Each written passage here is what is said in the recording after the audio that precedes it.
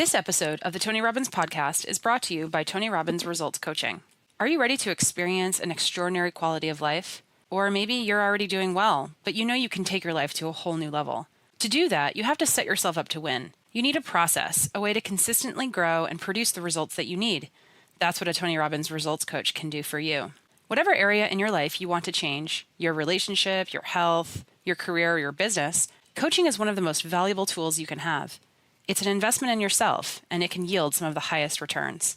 Tony Robbins Results Coaches are hand-selected and trained by the master of coaching, Tony Robbins himself, to have the skills that will empower you with supreme focus, powerful insight, and the accountability needed to achieve everything you've ever dreamed. To help you get started, Tony is offering podcast listeners a free results coaching strategy session with one of his top coaches. It's a $200 value, and you're getting it for free. Visit TonyRobbins.com/results. Schedule that free session today.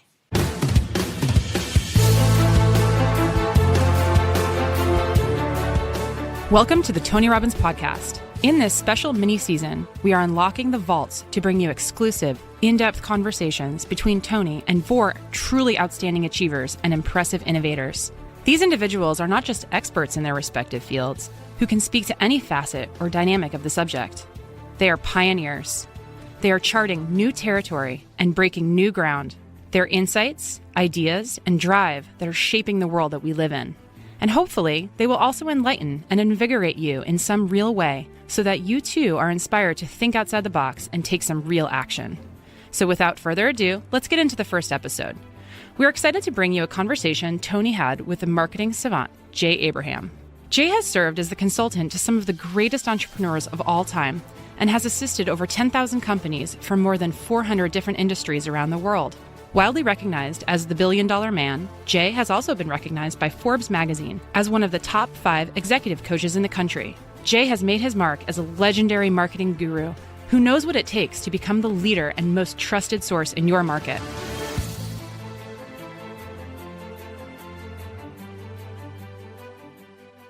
I think you're going to especially enjoy this session, and I think for a lot of reasons. Number one, the person you're going to have the chance to visit with, along with myself, is a very, very special man. He's brilliant, and brilliant in an area that I think can really make a difference in your life, no matter how successful you already are. And that is the area called marketing. Now you might say, well, why would I want to know about marketing? I'm not, a salesperson. I'm not running that portion of my business, or I'm not part of a business that does that. Well, first of all businesses are about marketing. In today's society where things are so competitive, very often someone having a better product does not mean that they're going to have a better income or that they're going to have a person who's the best at a job is going to keep that job. We're living in a society right now, as you and I both know, where there's downsizing going on, where companies are going out of business very rapidly, and where doing the best job does not guarantee you a sense of certainty about your future. And many people are finding that what they were trained for years is disappearing. So I think a talk that doesn't just inspire you, but really gives you some fundamental tools on how you can take control, how you can create a competitive edge for yourself, how to market yourself, or how to take the business you own, if you own one, and market it more effectively, is one that is extremely timely and one that I think can make a difference in your life. The secret, of course, for me was, okay, if I'm going to do this subject, I could talk about this, or I could bring someone in who I have tremendous respect for, who I think is one of the best in the world in this area, and I chose to do that. And we're going to get a chance then to visit with a man by the name of Jay Abraham. And Jay is a phenomenal human being. He's quite articulate. In fact, he may use language that'll leave some of us in the dust. I'll have to make sure if he uses some terms that I'll be the person to interrupt him and say, what does that mean? But he's an amazing man. He is a gentleman, for example, to give you a perspective, who's taken part now in more than 10,000 businesses. More than 10,000 companies are using his principles to run their businesses successfully. He's earned more than $20 million just from his consulting fees in the last 20 years by adding value to companies, by coming in with a brand new perspective about how do you get your message across, how do you get people to want your product or service. So I want to get across a couple things to you. Number one is you listen carefully for those distinctions that will relate to not only where you are today in your life, but where you will be in the future. Today you may not own a business, but what he's talking about how to market a business, you can relate to a future business you may own, or you can relate to the idea of marketing yourself within your own company so you are valued. So if there is a downsizing that occurs, people will see the real value that you have. And the principles he shares are also quite fundamental. they require us to think differently. So I can tell you all about his accolades in terms of his write-ups in the LA Times and Success Magazine and the founders of Federal Express. But I think what's more important is who this man is and what he can share with you. So without any more platitudes, I think I should invite him into this conversation. Jay, thank you so much for joining us. Thank you, Tony. Listen, we're here in San Diego, so you may hear some jets flying over our head because we're right next to the Top Gun school, which is kind of appropriate dealing with you, sir. You are a Top Gun. I understand now that you charge $3,000 an hour for consulting, and most of that is done by telephone. You're not even there in most cases. Your seminars often cost between $5,000 and $25,000, depending upon how many people you allow to be in there. What makes you worth this kind of money to businesses and individuals? What do you do, sir? I teach almost any kind of business or professional, Tony, how to harvest the windfall profit that's sitting in every business and most people don't allow themselves to mine. I teach people how to turn one-shot sales into ongoing perpetual streams of income, and I think I teach them how to have a lot more fun basically competing and gaining competitive advantage over everybody in their marketplace or in their industry. I've heard you say many times that you think that virtually every business you've ever looked at, and you've looked at more than 10,000, has between, I think you said, 10,000 and $1 million of asset, of dollars that are just sitting on the table that they really aren't seeing. And quite honestly, when I first read some of your materials, I thought, this is like a lot of hyperbole. But as I've gotten to know you personally throughout the years, and as I've seen the hundreds and hundreds of cases, I mean, you really have consistently produced those results. Where is this money? Where do we find this within our businesses? Is it really there? Yes. It has to do with an interesting aspect of leverage that not 1 in 1,000 business owners, CEOs, or accountants ever recognizes. It's the intangible assets. And that means the advertising, marketing, sales, goodwill, customer relationships, distribution centers, and expertises that a company possesses, and ways they could infinitely more effectively, productively use them to their advantage.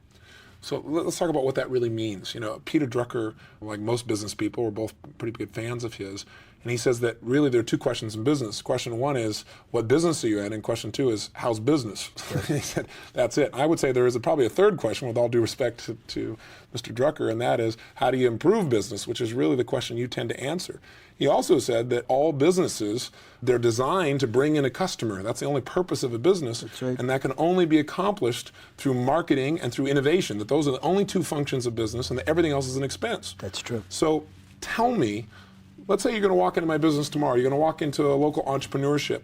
What would be the first thing you'd sit down to show them how to, quote, harvest these profits that aren't there? What would you do? Let's make this practical. Maybe Sure. give us an example. Oh, absolutely. Well, I mean, I can do an inventory right now. I can do a little self-audit. Would that be useful? Sure. Okay, the first thing I look at is, what are you doing that you're not getting leverage enough out of? What does that mean? Well, it means this. Every business, knowingly or otherwise, is engaging in certain money-rendering, selling, or customer or prospect generating processes they don't even recognize, let alone measure and analyze. Until and unless they recognize what they are and they measure how they're doing, they can't begin to see how much better they could be performing. Now, let me stop and talk a little bit about leverage in the new context that we're going to talk about. Okay. Most people, particularly people who have a financial bent, think of leverage as having two quotients to it: upside potential, downside risk. That happens when you buy real estate. That happens when you lease a piece of capital equipment. That happens when you buy any other kind of an investment with a little or nothing down and a future payment obligation. I don't want to deal with that. I want to deal with the most wonderful kind of leverage each and every business person, and probably almost everybody who is gainfully employed in any activity to an employer has, and that's upside leverage, parenthetically. It costs you as an employer, as a businessman or woman, as a professional, the same fixed amount, no matter what it is you do to drive business into your company. If you run ads, if you have salespeople, if you generate a referral type of a subtle, understated type of approach, if you do direct mailings, if you have outside field people, if you use manufacturers' reps, if you run ads in trade publications, if you do trade shows, whatever you do costs you X to Be in business to drive customers into. Okay, but that X is a fixed cost, and it has no correlation to how the action or the process performs. In other words, you're going to pay that much no matter how much reward you receive. Exactly.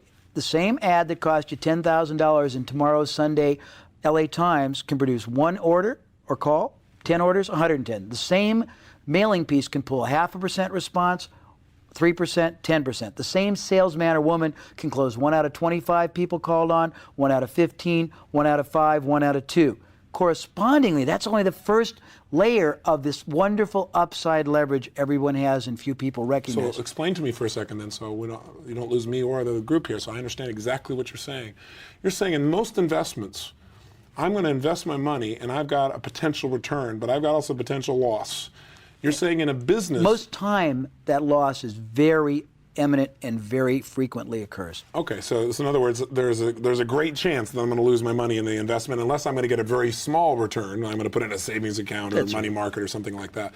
But if I want to get a large return, a decent return, if I want to get a 20% return or more, I'm going to be aggressive and I have a great chance of losing my money or a portion of my capital. You're saying in a business, because of the power of marketing, there are ways of leveraging my money where I get a 20 or 30 or 40 times return for my money. Or 200 or 400 or 2,000. Which I'm really not going to find in a passive investment per se. Well, particularly with zero downside.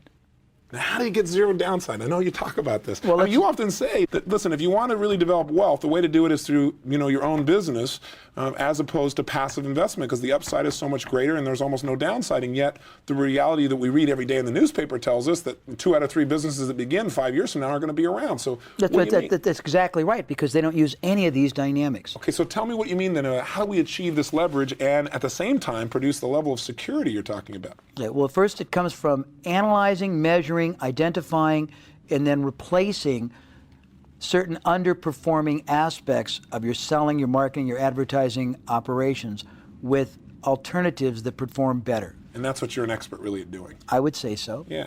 Give me an example where you've done that so we get some kind of a frame of reference. Give us an example where a portion of a business was underperforming or the marketing was underperforming. You came in, what was the result? Okay, I'll give you 2 or 3 real quick. Okay.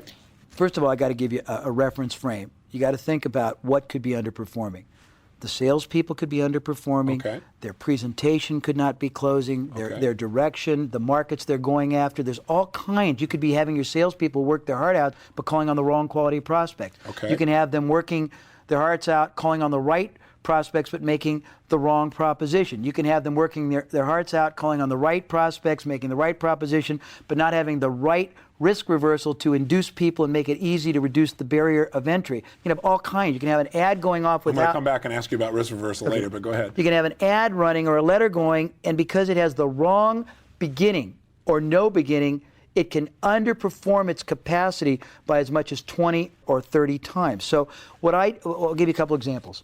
Years ago, I worked with a brokerage firm that was selling precious metals. They ran ads in the Wall Street Journal. They happened to have had a relationship with a bank that was bank finance. They ran ads for bank finance purchases of silver and gold. The headline said, 2/3 bank financing on silver and gold. When they ran the ads pulled okay. They brought back a profit. The salespeople made commissions adequate enough to stay. The owners made salaries. The overhead was paid. They had money left to keep running the ads. They were happy. Right. But they hadn't questioned how much higher is high. In other words, what's the real ultimate leverage if these ads could pull more? That's right. If we could improve them. So they began to accept it because it was profitable, as opposed to raising the standard to say, I want a 20 or 30 times return. And that's not only possible, but there's a way to do it. I'm going to find it.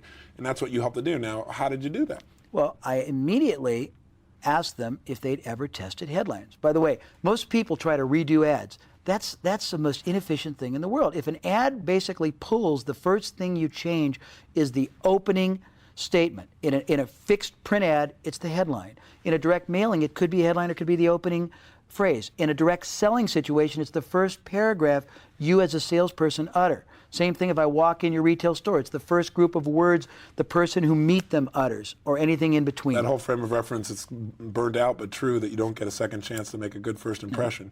So you change that first impression. Right, and the trick is 2 things. The goal is to make the first statement a statement of the powerful self-serving result the prospective customer is going to receive from availing themselves of your product or service. So this is something else that I've heard you talk about many times, which is that most people think people are buying a product. Not true. What are they buying? They're all buying a result. They're buying a benefit. They're buying an outcome that's very self-serving to the end user. People could care why you're in business. People could care if you need to make payroll. People could care if you're the greatest or the worst. They don't want to even be intruded upon.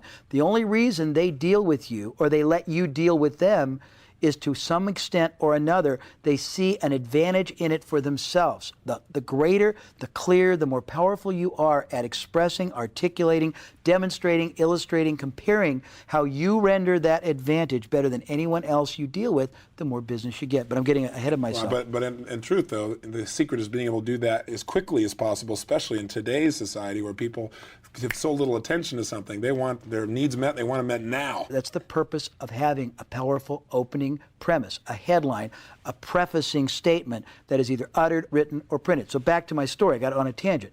This company had never tested headlines. They were doing great, they thought. I said, well, let's try 3, just hypothetically. And I tried 3, it took me 3 minutes to write them. We tested them. 1 headline change. 1 did a little bit better, about 10%. 1 did about the same, it was negligible. 1 improved the yield of the ad they were running by 5 times, or 500%. Wow. This was back when gold was not selling very high. It was $300 for gold and about $6 for silver. Remember, they were saying 2/3 bank financing on silver and gold. Right. Keep in mind, my question is always, but what does that mean to me as the customer? It meant nothing. So what? I changed the headline. All I said was, if gold is selling for $300 an ounce, send us just $100 an ounce and we'll buy you all the gold you want. And I had 1 for silver. If silver is selling for $6 an ounce, send us just $2 an ounce and we'll send you all the silver you want. Wow, well, what a great change of meaning. It was the same statement, but more powerfully denominated in the context of what's in it for me. Right. What's the result? How do I benefit? Right. That one simple change. It was all about 12 words, made the same amount of space they were buying, the exact same amount of body copy, which was 90% of the ad, not pull $50,000 every time they ran it, but start pulling $250,000. And I was getting a profit share, and they sent me $30,000 a month for about, 12 months just from that one change. But that's one example. Another example. I teach people. It was a good 3 minutes. It was good. I teach people how to identify, analyze, and measure what I call the marginal net worth or the lifetime value of a customer. When I meet people, I ask them a couple questions, and it's pretty amazing. The first question I say is, in a minute or less, tell me what it is about your business that gives greater advantage, greater benefit, greater result to your customer than your competitors. And most business owners will say nothing, or they'll say quality, service, dependability, Which everybody says. Which is negligible, or it doesn't mean anything. Well, the next thing I ask them, and I'll get into that later, the next thing I ask them is, what is the lifetime value of a customer? And they look at me and I say, well, let me ask you this question. How much do you spend for advertising? How much do you spend on selling? How much do you spend on promotion? And they'll say nothing, or they'll say X. And I'll say, well, how do you formulate that? And they'll say, well, we just sort of allocate it. And I'll say, well, doesn't it make better sense to first of all figure out what a customer is worth to you? Worst case, the first time you sell them. If you sell 100 customers, not the best, what's the average worst case going to be that they're going to be worth in unit of sales, and then a corresponding profit?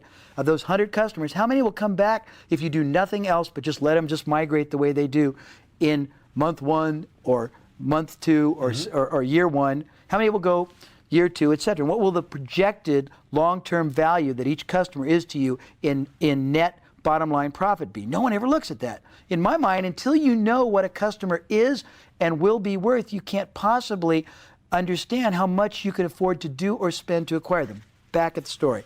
I had a client, fascinating little client. They sold fluid transmission products. You know what that is? Yeah. PVC pipe that carries fluid for manufacturing, for agriculture. They came to me and they said, oh, all is forlorn. They were almost out of money. They had 6 salespeople doing whatever they wanted to do, not managed, trying to sell farmers and manufacturers. And they had a compensation program that was pure commission. The salespeople got approximately 10% of the profit.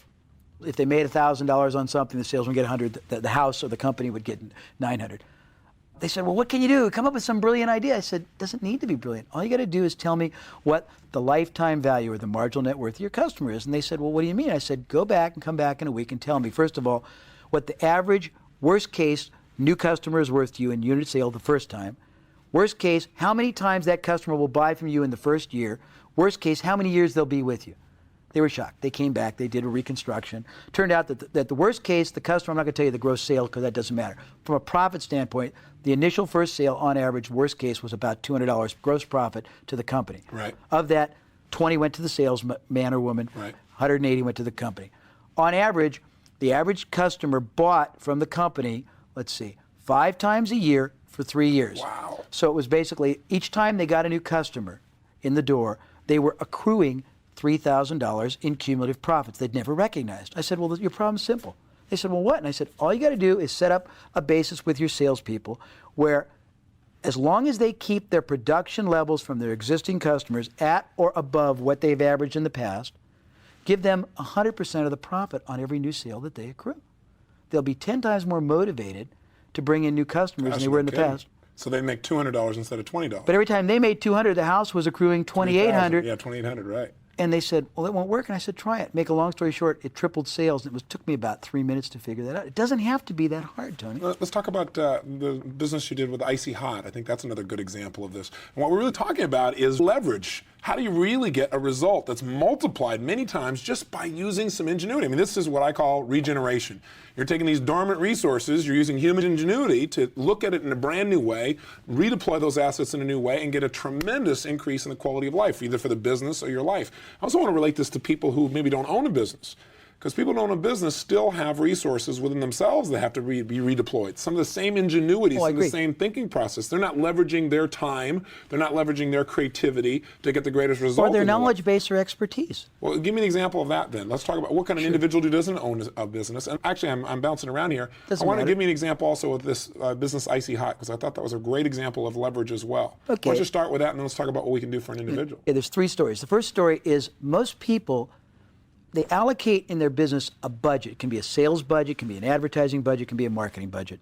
I've learned from masters that you have an infinite upside budget if you stop looking at budgetary figures and start looking at allocating an allowable cost per sale or per lead or per transaction. So instead of saying we've got $100,000 in our budget here to produce sales for this particular event or situation, I want to say I've got a certain number of people. I'll spend $25, up to $25 a prospect or up to $100 a sale, and you can bring me all the sales you can for that. Because I know that there's a back end. Because you've analyzed and you know the residual value, the stream of income, the lifetime value if you do nothing else. And that we're going to get really excited later. We can show you 20 different things you can do to make that higher, but if you do nothing else, you understand that. So I worked with a company that sold a patent medicine like Bengay or mentholatum that was called Icy Hot. It still is called Icy Hot. It's a glob of gelatinous goop, a balm of menthol salve, and it happens to have a very good therapeutic external effect on bursitis, neuritis, arthritis, and other kind of rheumatic type things, and it's a temporary and a very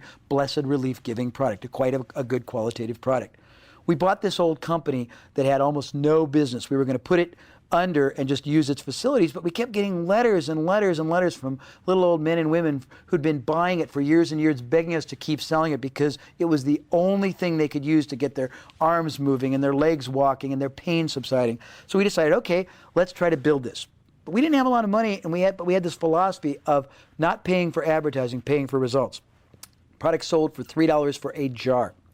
We went to advertising mediums galore. We went to 1,000 radio stations. We went to 200 television stations. We went to about 100 magazines. We went to, I think, 100 catalog companies and mail order companies. We went to all kinds of other non-traditional forms of selling you wouldn't even understand. And we went to them and we said, if you will offer our product for sale to your customers, first, it will not be any kind of a competitive product because it only adds value. Sure. Number 2, it sells for $3. You may keep 100%. Everyone thought we were crazy. What? Selling something for $3 and not making even the cost of producing the goods? So you actually, you gave them the product for free, let them sell it and make all the profit. And keep the money. And keep all the money. All we asked them to do was send us promptly the name and the address of the customer so we could make certain that customer got their product promptly and were satisfied. Now, why would we do that? Because we had analyzed from the past what the residual or marginal net or lifetime value of a customer was, and we found out that every time we brought in 2, one of them would migrate for about 10 purchases a year and make us about $25 net. Every time we gave up, not $3, because it wasn't costing us $3, it was costing us about 45 cents in volume to make the product, put it in a jar, ship it out bulk rate to the customer. Every time we sent it out with a coupon offering them all kinds of other things, and on every 100 ones we sent out, we not only would get back 50 orders, but we'd get back another 20 orders for other products we have. So it was a cash flow loss of 45 cents, but from a practical standpoint, after the first group of sales, we were all ahead of the game. And every time we got new customers, they would repurchase over and over and over and over again. And we never had a budget. We had an unlimited budget because we would only pay for sales, not advertising. We just basically said, keep all the $3. It got to the point where as sales slowed down, we paid $3.45 for them to sell $3. Oh my gosh. They thought we were crazy. That makes total sense. Yeah, but that makes total sense. But we built a company from $20,000 to $13 million in 18 months. It sold for many tens of million dollars to G.D. Searle, a big pharmaceutical company. You can still find it now. We accidentally, by the way, we got $18 million of free advertising that didn't cost us a dime the first year through this, because we didn't pay for advertising, we paid for results. It's a whole different way of looking at business. It's fantastic. Now, that's the kind of leverage you're talking about where it's only upside. There was no downside for you in this. No. Versus any investment you and I were going to make, there's always going to be a risk. There's still some risk here, but it was pretty muted. Well, see, you understand, the only risk you ever have to have in anything you do is an inexpensive test. If you test variables in your business, so getting on a new tangent, but this is fascinating, most people don't test anything. Most people make decisions that cause or cost or impact the entire fate and destiny of an enterprise or a career or a life based on conjecture. I will not do that. I did it once. It cost me $1.6 million, but I won't do it anymore.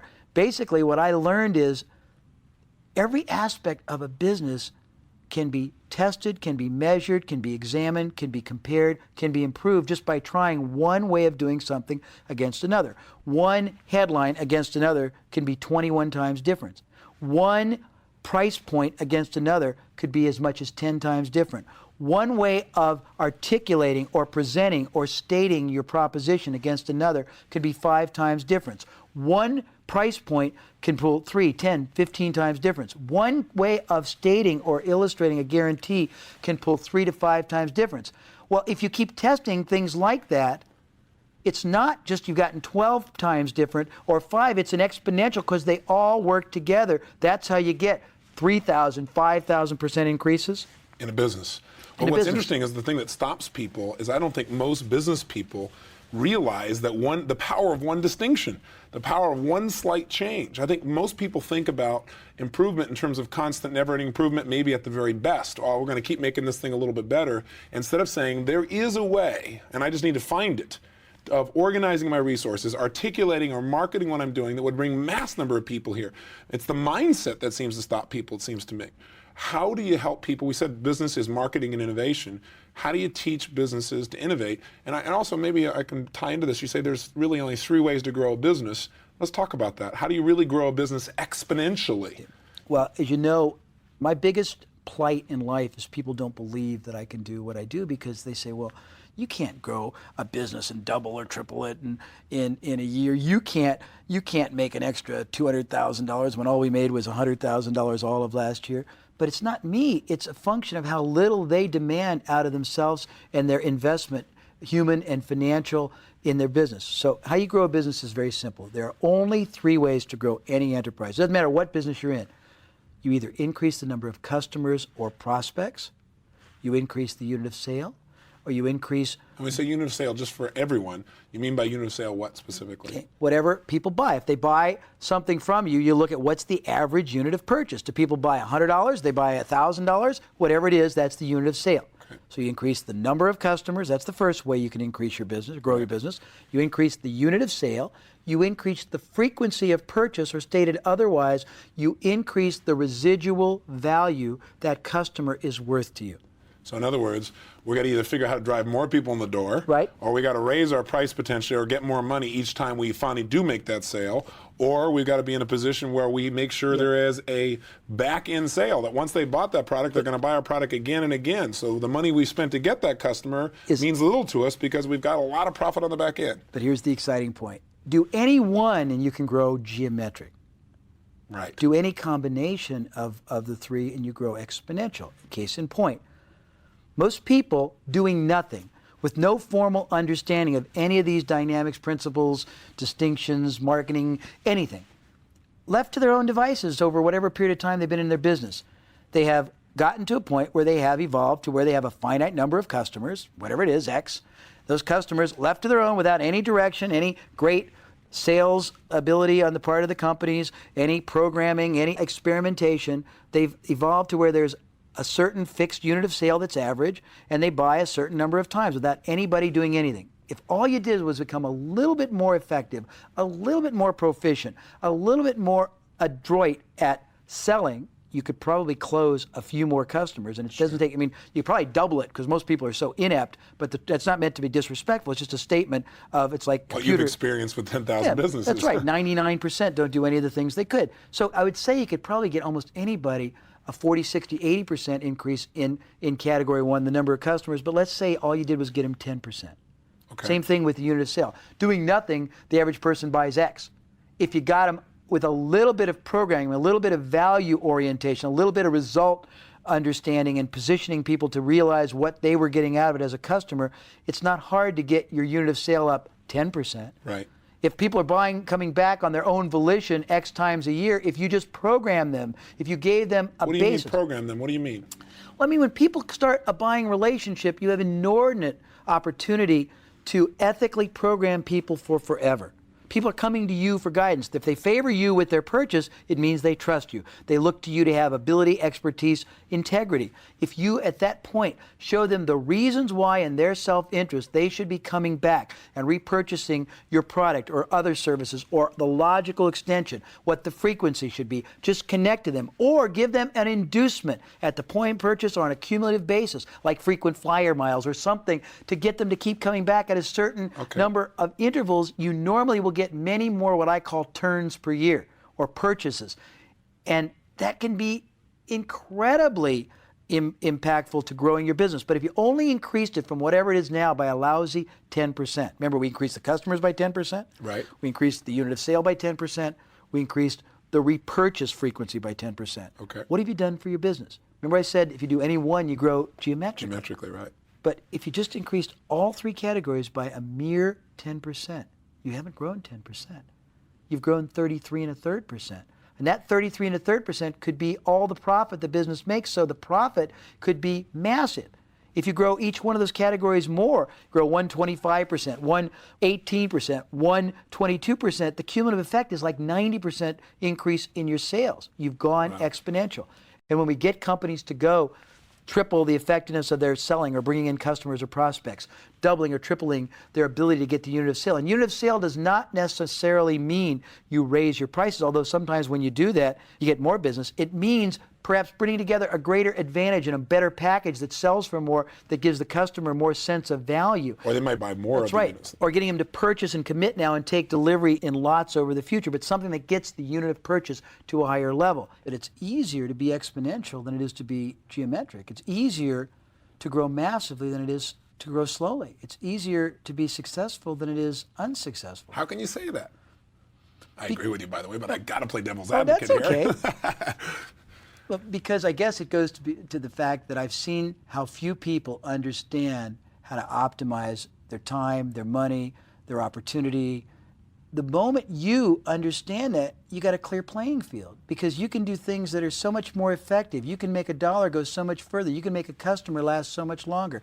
You can make an activity produce so much greater current, future, and this is going to be wild, reclamational benefit that it's like it's no contest. Well, you've opened up several loops there for me to help close. Let me come back to it then. Now, what stops people from optimizing? Because that's really the term we're really talking about here, is how do you really optimize? What is optimization? Let's talk about that. Let me tell you what stops them. And what stops them? This Mindset, right? Well, I'm going to say this, their expertise. They have too much expertise, too deep. It's a difference between tunnel vision and funnel vision. Most people have been in their career or their field or their business or their profession so long, they know it so well, but all they know is the way that their industry operates. If you look at any field, a widget company, a retail company, a professional practice, a manufacturing industry, almost everyone competing in that industry, every player, every separate competitor is doing plus or minus about 20% the same thing the same way. Some are more proficient, more able, more skilled in a selling, in a marketing, in an advertising, in a reselling, etc. But they're all basically doing the same thing the same way. Why? Because they have such expertise technically, but all they know is what they know, and all they know is what they see other people doing because they used to work for somebody else, or they tutored or interned with somebody who used to work with somebody else, who learned it because they learned it from somebody else who a generation or a decade ago did it the same way.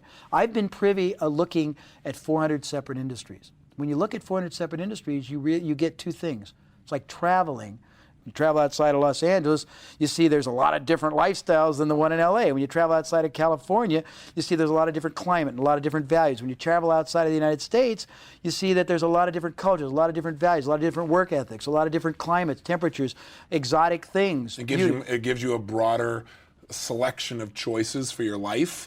And possibilities. Exactly. It gives you a reference frame. You'd call it many more distinctions. When I got the privilege of traveling amongst 400 separate unrelated industries, I saw, to my fascination, the fact that if you look at 100 industries, almost 95 of them drive their enterprise, bring in their customers, run their operations from a totally different marketing context than one another. In other words, industry A operates from a marketing aspect totally different than industry B. Give me an example.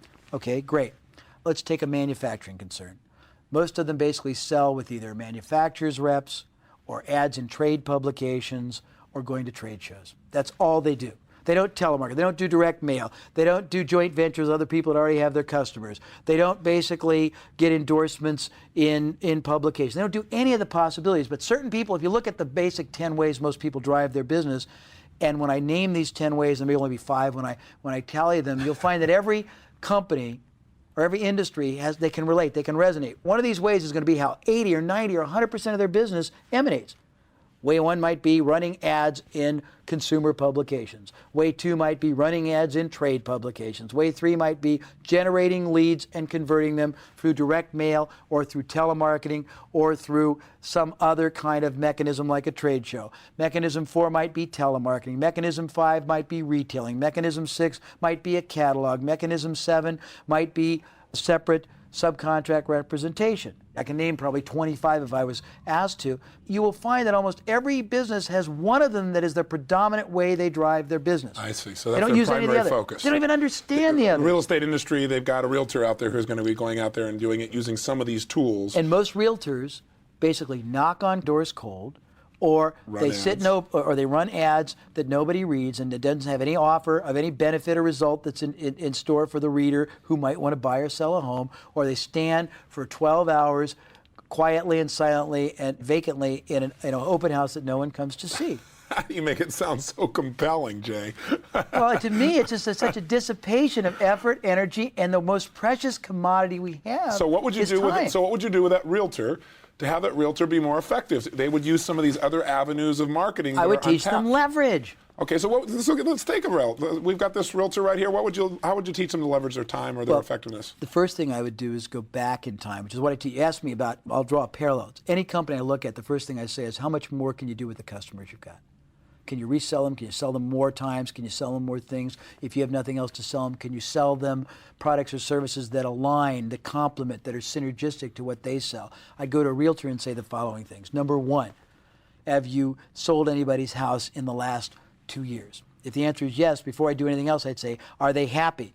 And if they said they don't know, I would say, you obviously didn't do your job correctly, because part of your job is to make them see and seize the great advantage you have rendered them that nobody else could have made. So we go back and teach them how to express to customers of theirs or clients from now forward how much of an advantage, how much of a benefit, how much of a greater result they will get, or they did get, or they should get by favoring this realtor over everybody else. So in other words, this realtor is going to add value in a way no other realtor would have. And if they don't understand how, I'm going to teach them how, and that takes a little time to explain, but we can get into that in a minute. Number 2, I'm going to go back to all the old customers they ever called on, and I'm going to have them contact them all and reiterate to them so they can better appreciate what they did for them in the process of selling their house, of representing them, of negotiating the purchase. So they have a greater appreciation. So it becomes evident when they ask this question, do you think you were benefited? Do you think you were advantaged by having me serve you instead of somebody else? The moment you position them to say yes, you ethically set them up for the next question. Then in the scope of your life, Tony, you must at any given point, knowing the moving parade of life, meaning the changes, the continuum going up and down, You must have an inordinate number of friends, of relatives, of coworkers, of church members, of associates who are either, because of changes in their life, because of children moving out, because of deaths, because of divorce, because of improvements in their stature, are either in the process of wanting to sell or wanting to purchase a home or a second home or a different home. If the answer is yes, and as you just agreed, you feel that I benefited you better than anyone else, the greatest service it would seem like we could do for them, you and I together, is to contact them and at least get them to seek out my best research, professional opinion on what the best strategy of action, what the best approach they should take, what the best sites they should set on would be, irrespective of whether they buy from me or not. And I'd program them to go back and get their customers to sell for them, because that's the greatest leverage in the world. Now, some people say, well, that's pretty basic. That's just, creating referrals and getting them to do that. But what's your answer to that?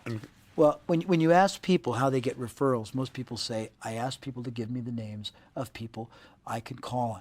That's not what I said, Tony. Right. What I said is you go back and you first reestablish or establish for the first time the distinction of the inordinate value you brought to that person, or you will bring to that person, because of the effort, because of the expertise, because of the performance, because of the knowledge, because of the representation you're going to render that no one else could. You get them to concede what that is worth to them in both intangible and tangible terms, in pleasure, in protection, in exhilaration, in getting a bigger house, and having no problems, and selling and not having to worry about it falling out of escrow, and whatever they're not going to worry about. Right. Then you get them to denominate it in dollars. That isn't it true that I probably, because of the work we did and the strategy we had, probably got you the house at the best price possible? Isn't it true you probably saved $20 or $30 or $50,000? Or isn't it true that we thought originally we might have to get $200,000, but instead, by using the strategy we worked out together and me holding true and you respecting me for it, we got you an extra $35,000? So you denominate what it really meant to them in terms. So they see it as being a real value, as something that is tangible. I call it a sandwich.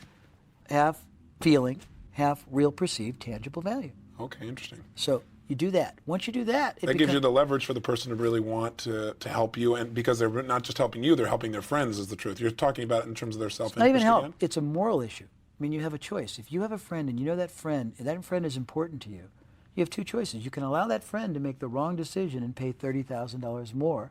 You can allow that friend to sell his or her house to somebody, and because that somebody doesn't give them great representation, they may let him sell it out for $20,000 or $30,000 less. You can allow that friend to trust somebody who's in such a hurry to do the deal that it gets all screwed up in escrow and falls out, and the friend gets all screwed up and may compromise. Or you can take it upon yourself, because that friend is important to you and you trust and revere the friendship, and you want their life to be enriched and benefited, to put them in touch with me, couldn't you? Yes, Jay. No, I mean, that may be a little evangelical, but that may be a little over dramatization, but that's the way I believe it. But and your passion comes through. Now, the truth is, if you were talking to someone who didn't define themselves as a realtor, but defined themselves as an entrepreneur, the reality is you probably would go back to that person and say, what other resource does that person need? Not just the additional customers they could bring to you through a referral process, but you'd be probably looking at ways in which to leverage your relationship to meet other needs that they have through products or services, wouldn't you not? I would. The first thing I do, because most people never, I mean, you talked a little bit about optimization. Can I introduce that and come back? Yes, please. I believe, I've been very lucky. I've been very influenced by you. I think you're brilliant, and I think you're demanding that people challenge themselves to see how high is a wonderful breakthrough.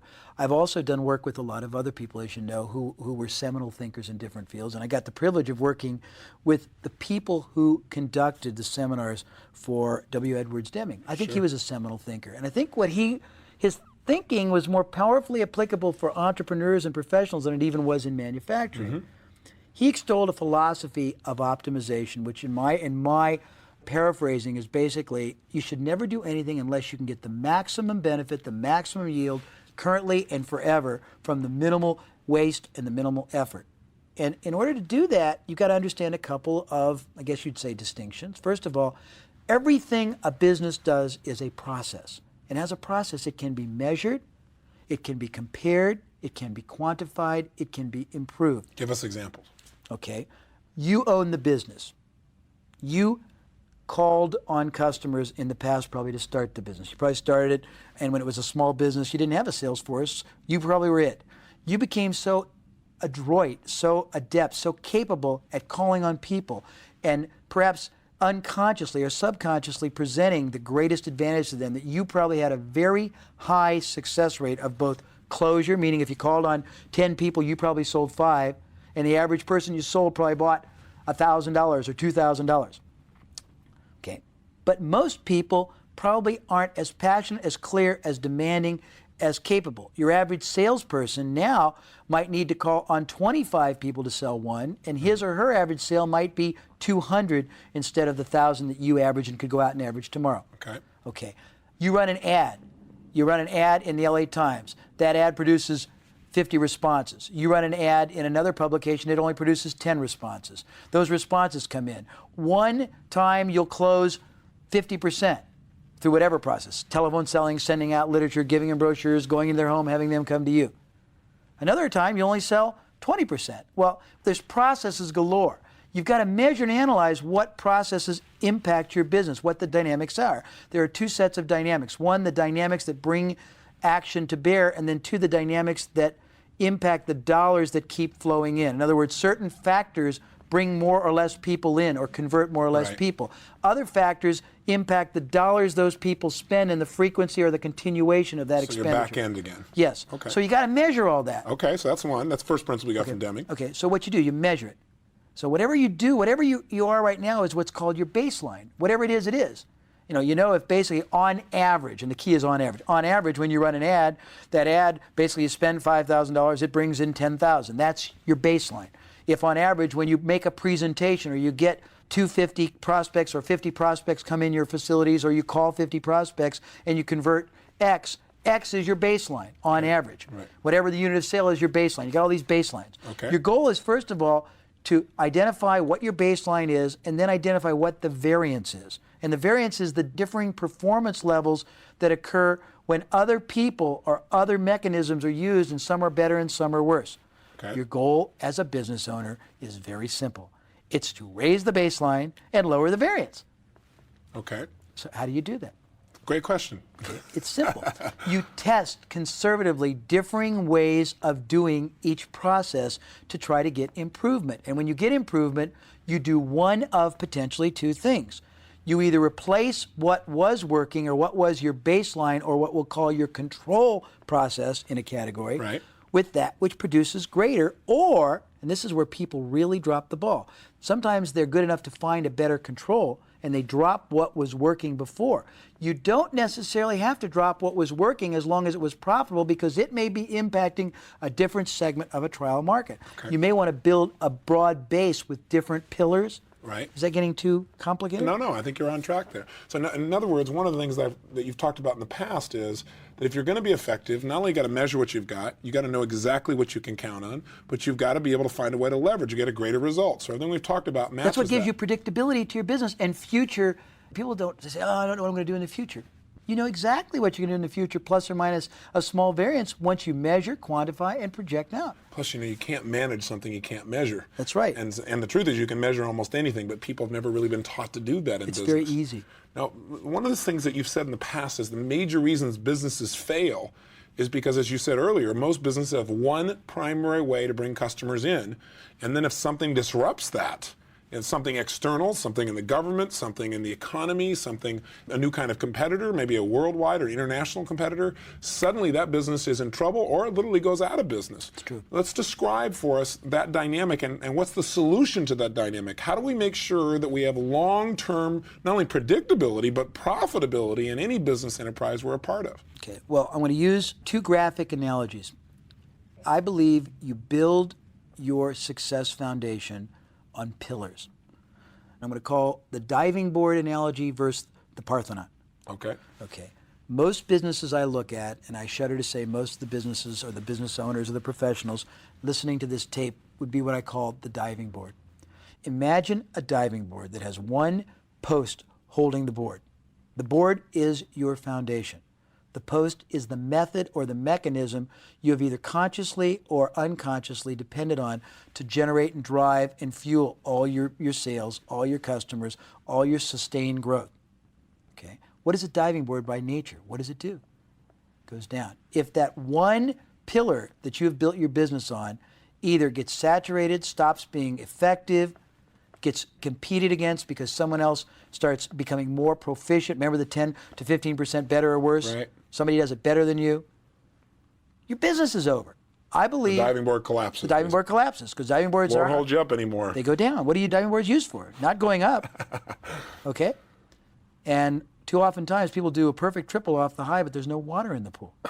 So basically, my goal for a client or any company, or my wish for anybody listening to this interview, is that you systematically, and as part of this concept of optimization, which I'll go back to in a minute, you systematically create your business to be based upon multiple pillars that support it.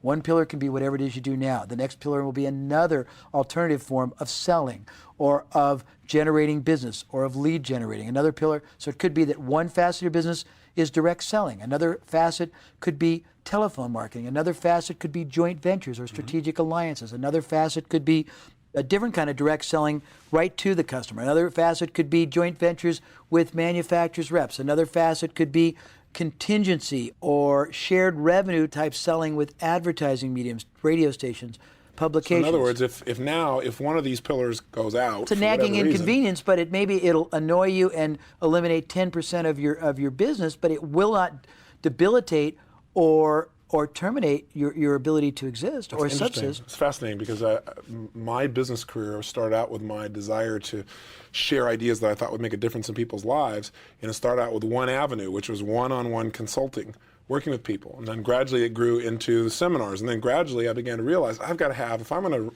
have the goal really reached, I've got to have multiple ways to impact people. So that's how we grew into writing books. And I looked around other people, they're just authors. I said, no, I don't want to just write books.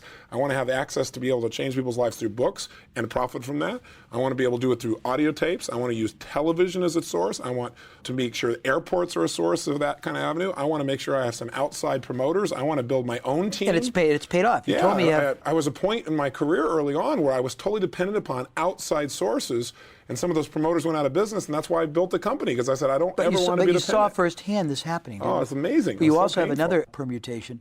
You could have started your business perhaps just working with people who had a bad habit they wanted to end. But now you appeal to a broad spectrum of different... Not only did I get multiple channels of distribution, but I said I want to help people emotionally, I want to help them financially, I want to help them physically, I want to help the predominant, most important areas. I want to be able to help turn businesses around. So you're the personification of that. That's interesting. That's really interesting. And the most important... It gives you, the thing I can say to those listening is it gives you unbelievable certainty about the future, because that's real security, isn't it? I mean, it's unbelievable because you have so much critical mass. You have so many ways to add value to people's lives. You don't ever have to be concerned about, well, can I do this successfully, or what if something happens? And so people looking at a comment, because I'm going to predetermine a question people are probably thinking to themselves. What an expense. Au contraire. I approach every pillar as what I'll call an innovative profit center. Okay. You should never do anything that doesn't produce a profitable outcome for you, that doesn't basically dovetail together, that doesn't reinforce and make everything else you do even stronger. Synergistic, exactly. So when you do that, that's what gives you this incredible... Let's give some people some examples. Give us some examples with some businesses that had the diving board metaphor. They had one basic pillar holding them up, and you helped them to build a Parthenon of strength and endurance. Can I tell you how profitability? I'll tell you how we grew back in the high inflation days. Precious metals were a very popular hedge, and I did a lot of work with people there. I can tell you we grew a company from $300,000 in sales to $500 million in 18 months. That might be interesting. That might be fascinating. Let's try that. Okay. I had a company that basically had no formalized marketing whatsoever. All they did basically was they had a relationship at that time with a small newsletter who occasionally recommended them, and whenever they made a recommendation, their phones would sort of ring and they would get business, and it was enough to keep the doors open. I saw that they were a very qualitative firm. They gave very good advice. They were understated.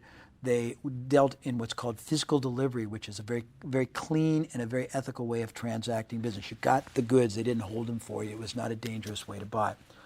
So I set out to identify the most safe and logical ways to grow their business exponentially and build many pillars. The first thing I did was they sold gold, and they sold silver, and they sold rare coins. But if you bought one, they just sort of dropped you. So the first thing I thought was, what's the logical dynamic that happens in a selling situation? I'm going to go through the whole context.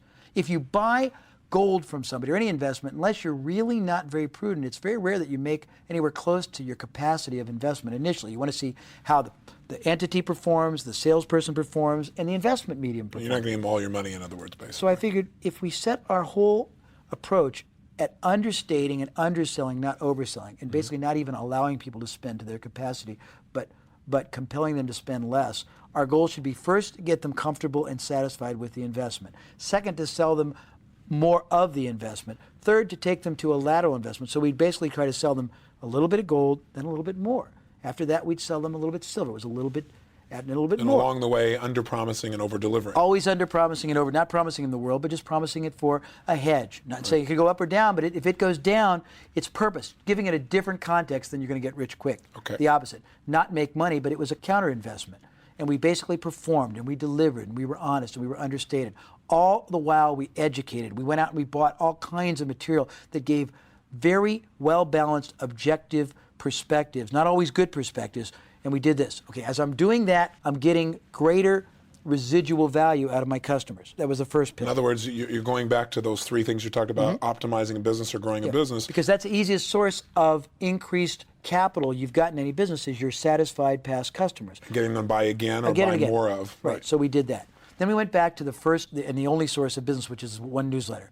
They had occasionally, not formally, implicitly, explicitly endorsed us, but not on a concerted, systematized manner. Okay. So only because no one asked them. I went to them and I said, well, do you believe our company is good? And they said, yeah, you're the best. Do you trust us? Yes, we have impeccable faith in your integrity. I said, well, then let's, so people don't make a mistake and get buried by somebody else. Let's formalize this. So I set up a program where every time a new subscriber came in, they got a new member kit that told them that we were the recommended dealer, and they gave them a buying advantage, and they gave them information. I set up a regular 4-time-a-year insert in their newsletter that promoted us. Once every 6 months, we mailed externally an endorsed letter for them and a direction to action. That was the first thing. That worked masterfully, massively, in fact. When that worked, I thought, should we be satisfied with one, or should we replicate it? So I went out systematically and set up relations with all kinds of other people. So you began to leverage, just like we talked about earlier. Cookie cutter. Then I went and I decided, I studied, why don't people buy gold or silver or precious metals? And I realized they were afraid. They were afraid they'd make a mistake, they'd get burned. So I went and I started making offers for people to try. And when I tell you this, it's really cute. We sold millions of dollars of rare coins with a simple process that's so wonderfully delightful. I loved it. We took silver dollars back when silver dollars were very popular, and our wholesale cost of them was about $21. I sold 2 Morgan silver dollars that cost me $21 for $19 as part of a test. And I did letters and I did ads, and they basically said, this was another pillar. It basically said, too many people are trying to get you to spend $5,000 or $10,000 on an investment form or a collectible form that may or may not be right for you.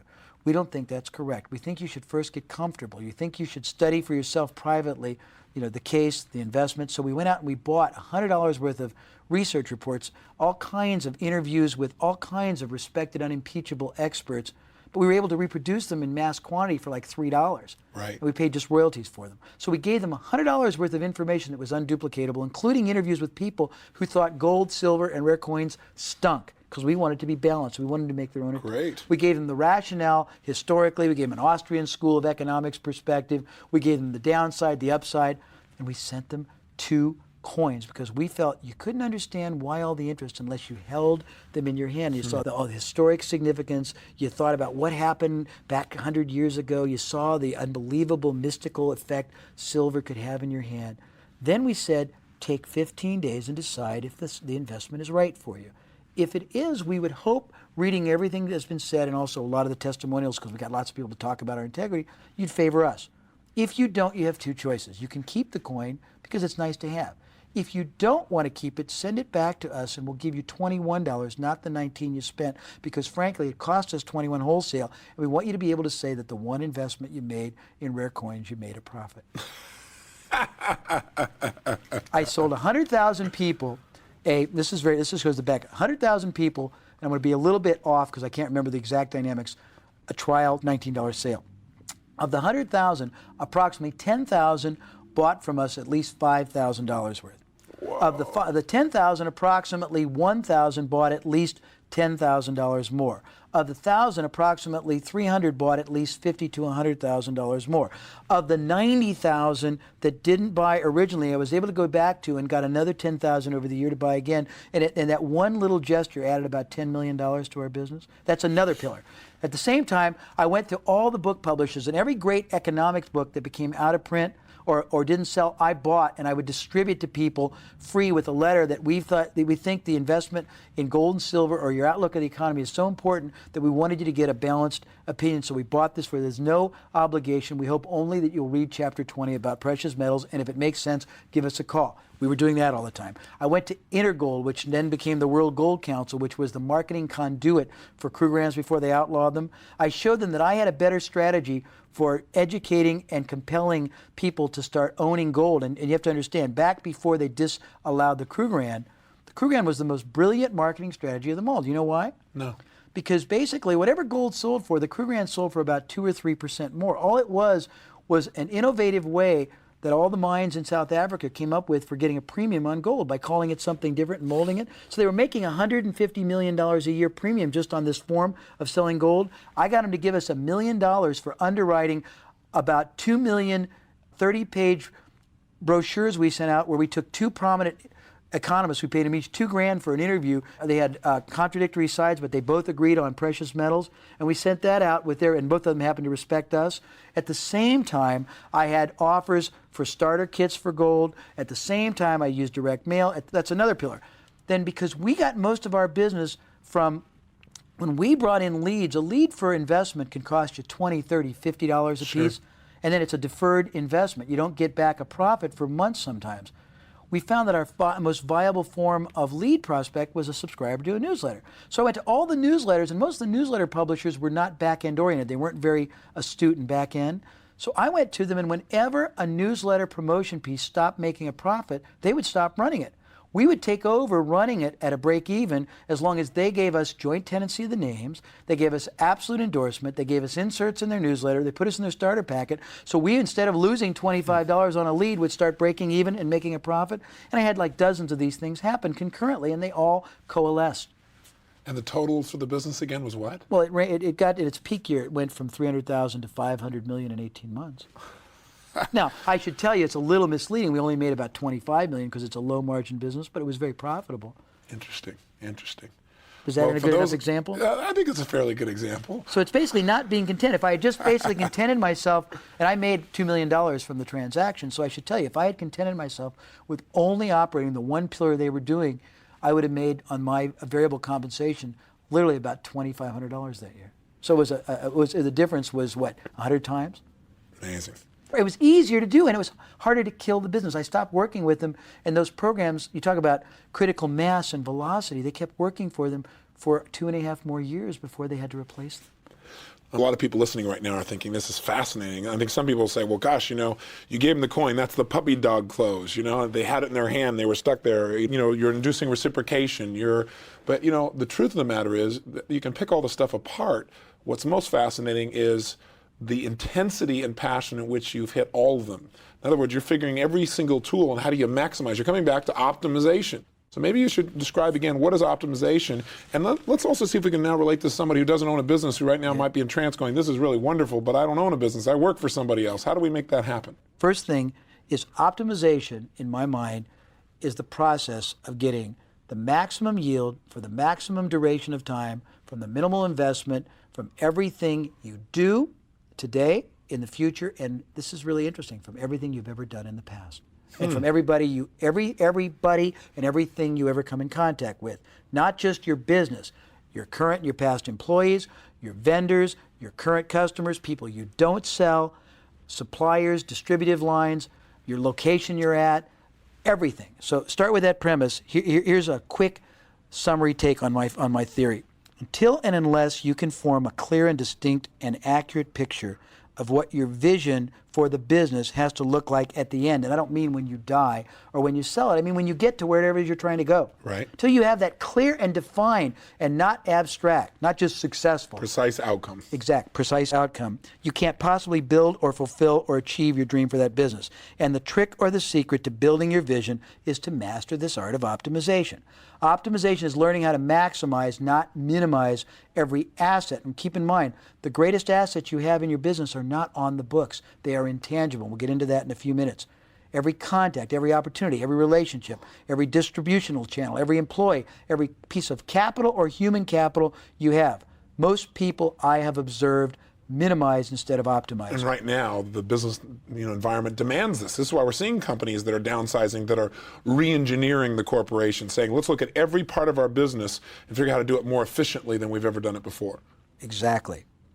Most people don't even identify or recognize all the areas or opportunities or options or pillars, as you say, for optimization that are available to their business because all they have as a point of reference is what they do in their business, this tunnel versus funnel vision.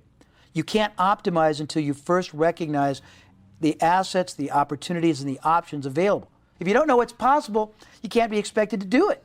So you got to first of all stop and say, what is possible? How many better and other and additional ways could I be doing something that would work as pillars in my business? So part of why people bring you in is because you tend to see or have multiple ways of looking at something like that based upon your background of working with so many different types of businesses, so many different types of industries. I give it a CAT scan perspective based on a much broadened knowledge base. But people could also, just to be fair, because our outcome in this tape is also to certainly have people to utilize your resources where appropriate, but also for them to realize that if they just start with a belief system that there are hundreds of other ways to do it, instead of continuing doing over and over again because what they're doing is working at a certain level, just like the ad, or not working, that there are those other ways. If they don't change that mindset, it seems like nothing else really matters. You're getting ahead of me, but that's exactly true.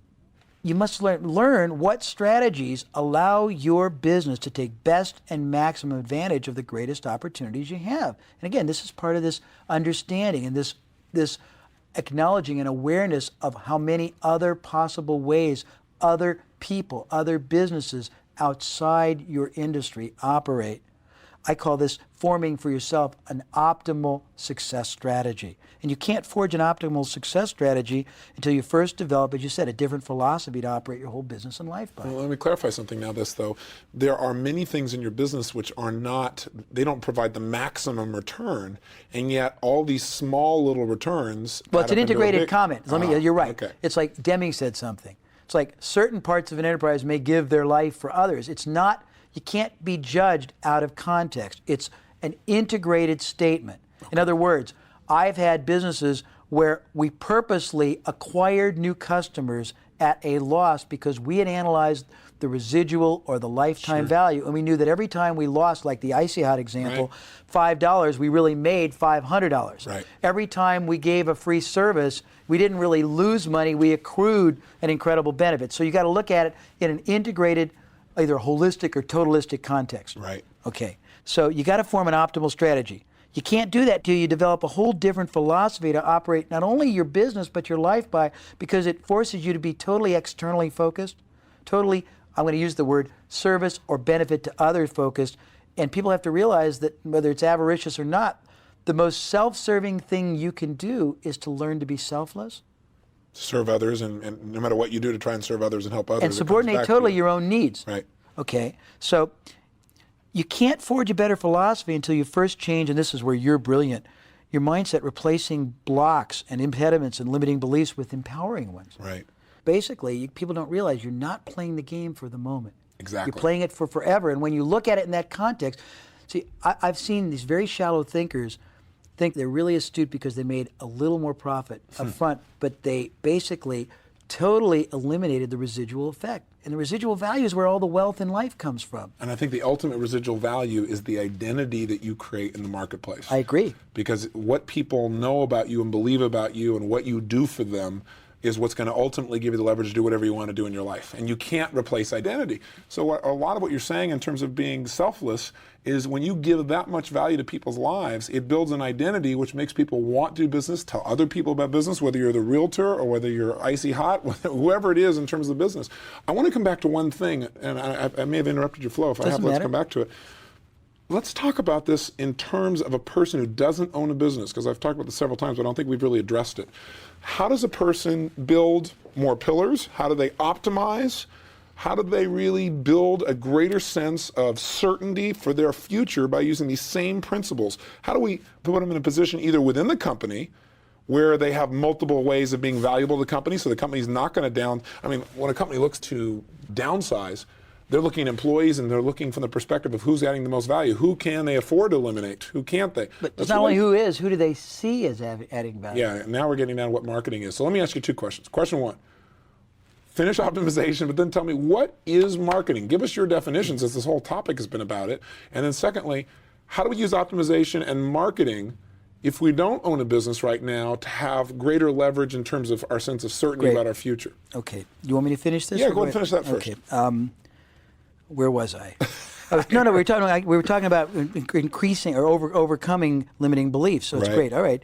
You can't adopt a superior mindset until you redefine the purpose and objective of your business from a customer or client benefit perspective. In other words, most people in business, they lost from the beginning. They're a self-fulfilling prophecy. They're mediocre in success and in fulfillment because their purpose is incorrect. It's erroneous.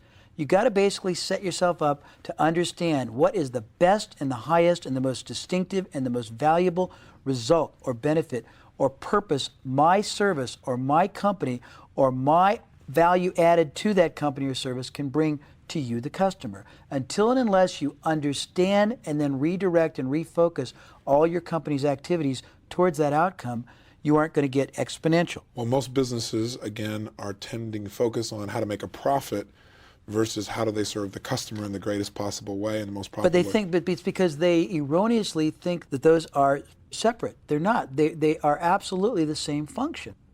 Anyhow, you can't redefine your business's highest and best purpose until you decide to innovate, in my mind, because in its purest sense, innovation is the bringing or the adding of superior value to the end user. Doesn't matter. If you innovate in your factory, it's useless if it doesn't bring an advantage to the end user. Right. You may have it might bring a price advantage to the end user potentially. But that's fine. Okay. But if it doesn't, a lot of times people do things, but they don't pass the advantage on to the customer. So I guess they think that they're basically making more profit. But sooner or later, if you don't bring an innovation-based benefit on a continuous basis to your customer, you won't keep their patronage. Okay? That makes sense. Okay.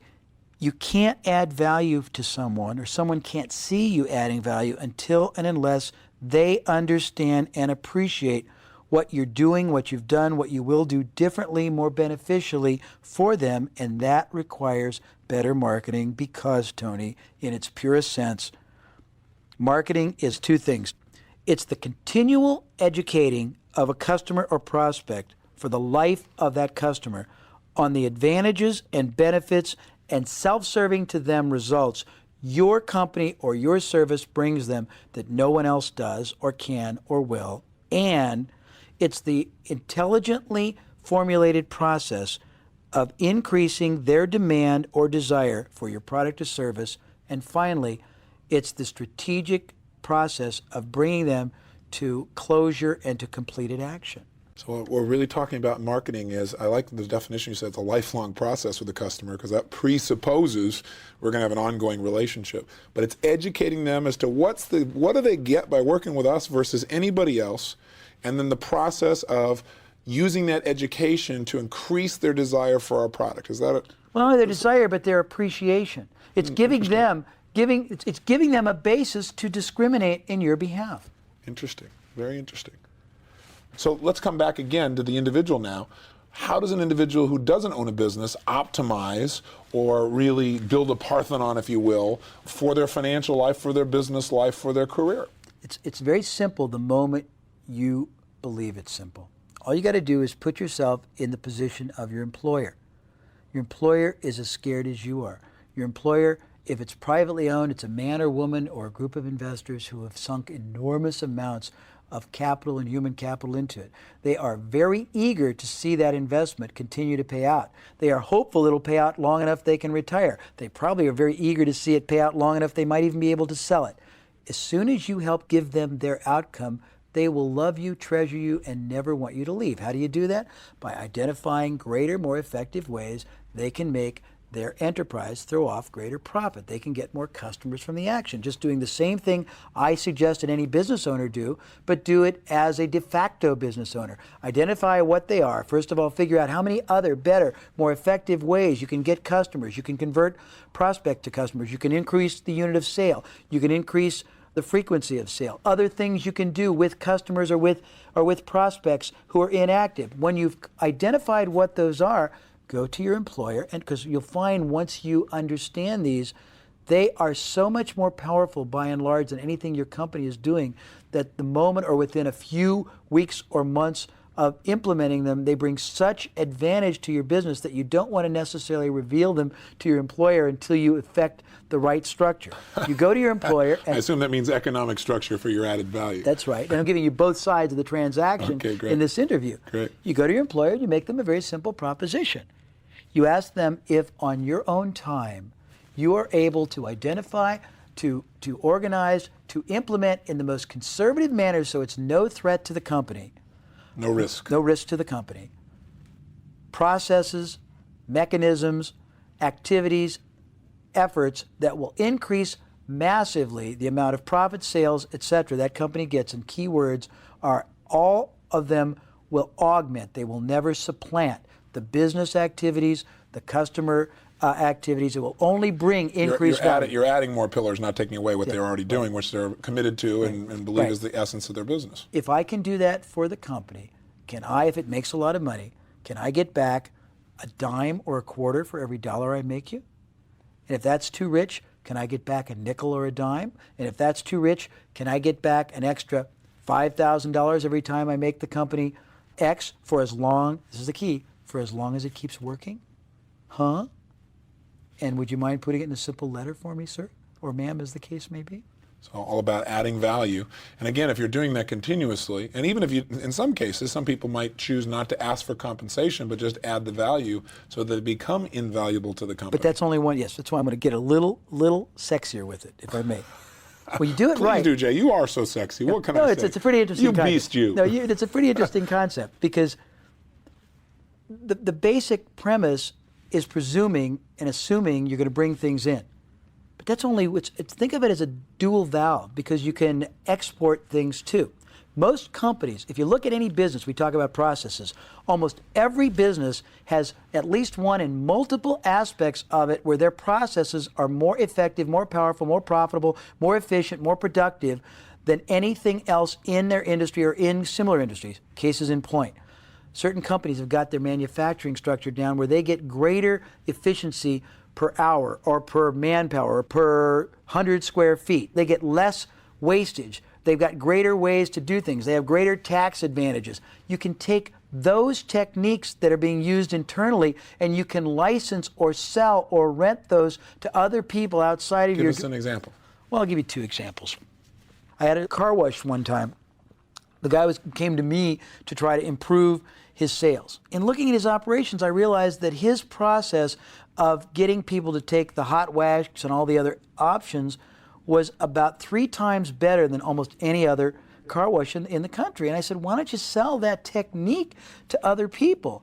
And he reluctantly tried, and he ended up getting 1,000 car wash facilities to pay him, I think it was like $100 a month to use his way of articulating the option of the wax so that like 3 times as many people took the wax option. That was all profitable. I had a realtor one time she was a very hot realtor who sold 3 offices to a big like Coldwell Banker or Remax or Century 21, and she was great at listing. She was great at listing. And she was sitting on her thumbs trying to figure something to do after she sold her business, and I got her to take the techniques she used to list and teach other people outside of the the first one she did, she made $60,000 in 3 days teaching people at $1,000. You want more?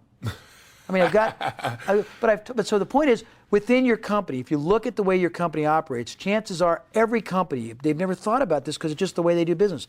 They either sell better. They have ads that maybe they don't even use anymore that pull better on average than the industry norm. They have better closing mechanisms. They have a higher frequency of repurchase, a higher unit of sale. They operate the manufacturing facilities more effectively, more profitably, with less downtime, with less wastage. They get greater yield per employee or per dollar or per hour. They have greater, more efficient delivery. They have a lower or higher what's called CSI or Customer Satisfactory Index.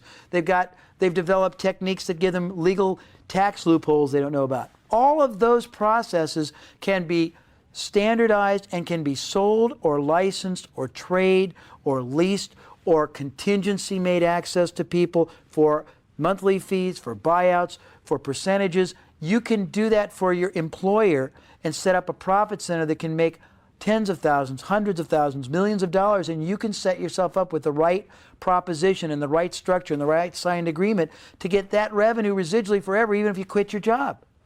Does that make sense? It makes total sense. I mean, that's just one way, but there's tons of ways you can, and you don't have to do it there. You can do it also for other people. You can buy and sell concepts. You can be a brokerage firm. I mean, so the idea is how many more ways can you make, and by the way, I'm talking predominantly in a money making. I'm just giving the one aspect of your company. There's a flip side. How many ways can you get your company more efficient?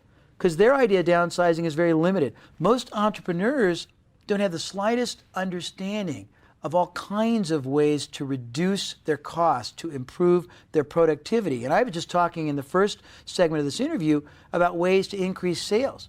Well, the flip side, there's all kinds of things. If you just improve such things as, if you reduce attrition, which is the loss of customers, or conservation, which is the retention of customers, a 10% reduction in loss, and most people don't ever measure how many customers don't come back, but it's, if you look at your inactive customers, how many new customers come, how many buy this year, how many didn't buy that were on the customer list last year, that alone can increase your sales. All you do is look at other ways you can bring your employer improvements, efficiencies, reductions that they wouldn't have done on their own, and you can ask for percentages of savings, of increased productivity. You can ask for bonuses. You can ask for that residually and not tie it to your job. And with a few simple phrases uttered on paper and signed, they can downsize you and terminate you, and you can still get a residual check for life. And what I've done with a lot of people when they did that was teach them to go to the employer and get a buyout.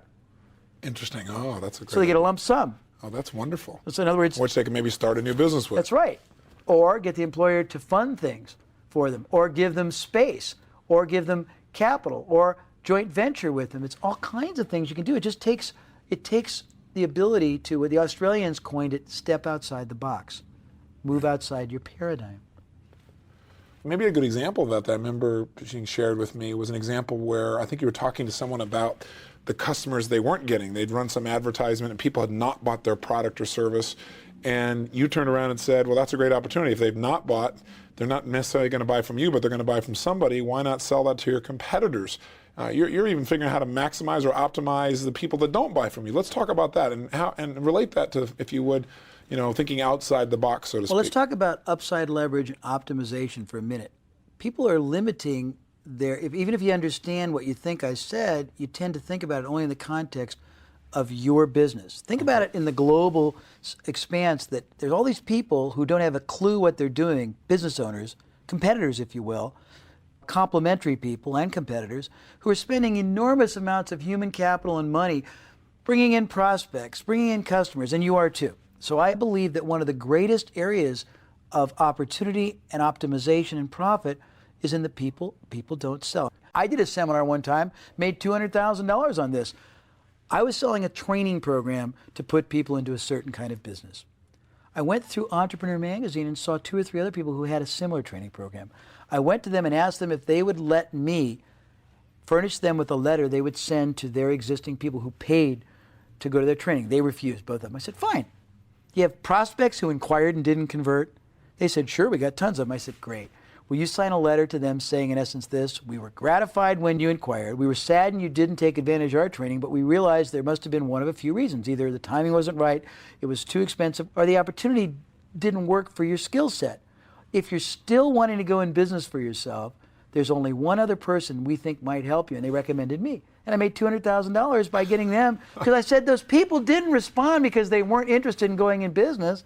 You either didn't have the right compelling offer, you didn't make the right proposition, your concept was wrong, your approach was wrong, your people were wrong. But they raised their hand for a reason. I can give you more, but does that help you? Yes, it does. So that's part of thinking outside the 9 dots. What makes you think the way you do, Jay? I mean, what is it in your background? Tell us a little bit, how do you become the marketing guru, per se? Where do you get this thought process that you have?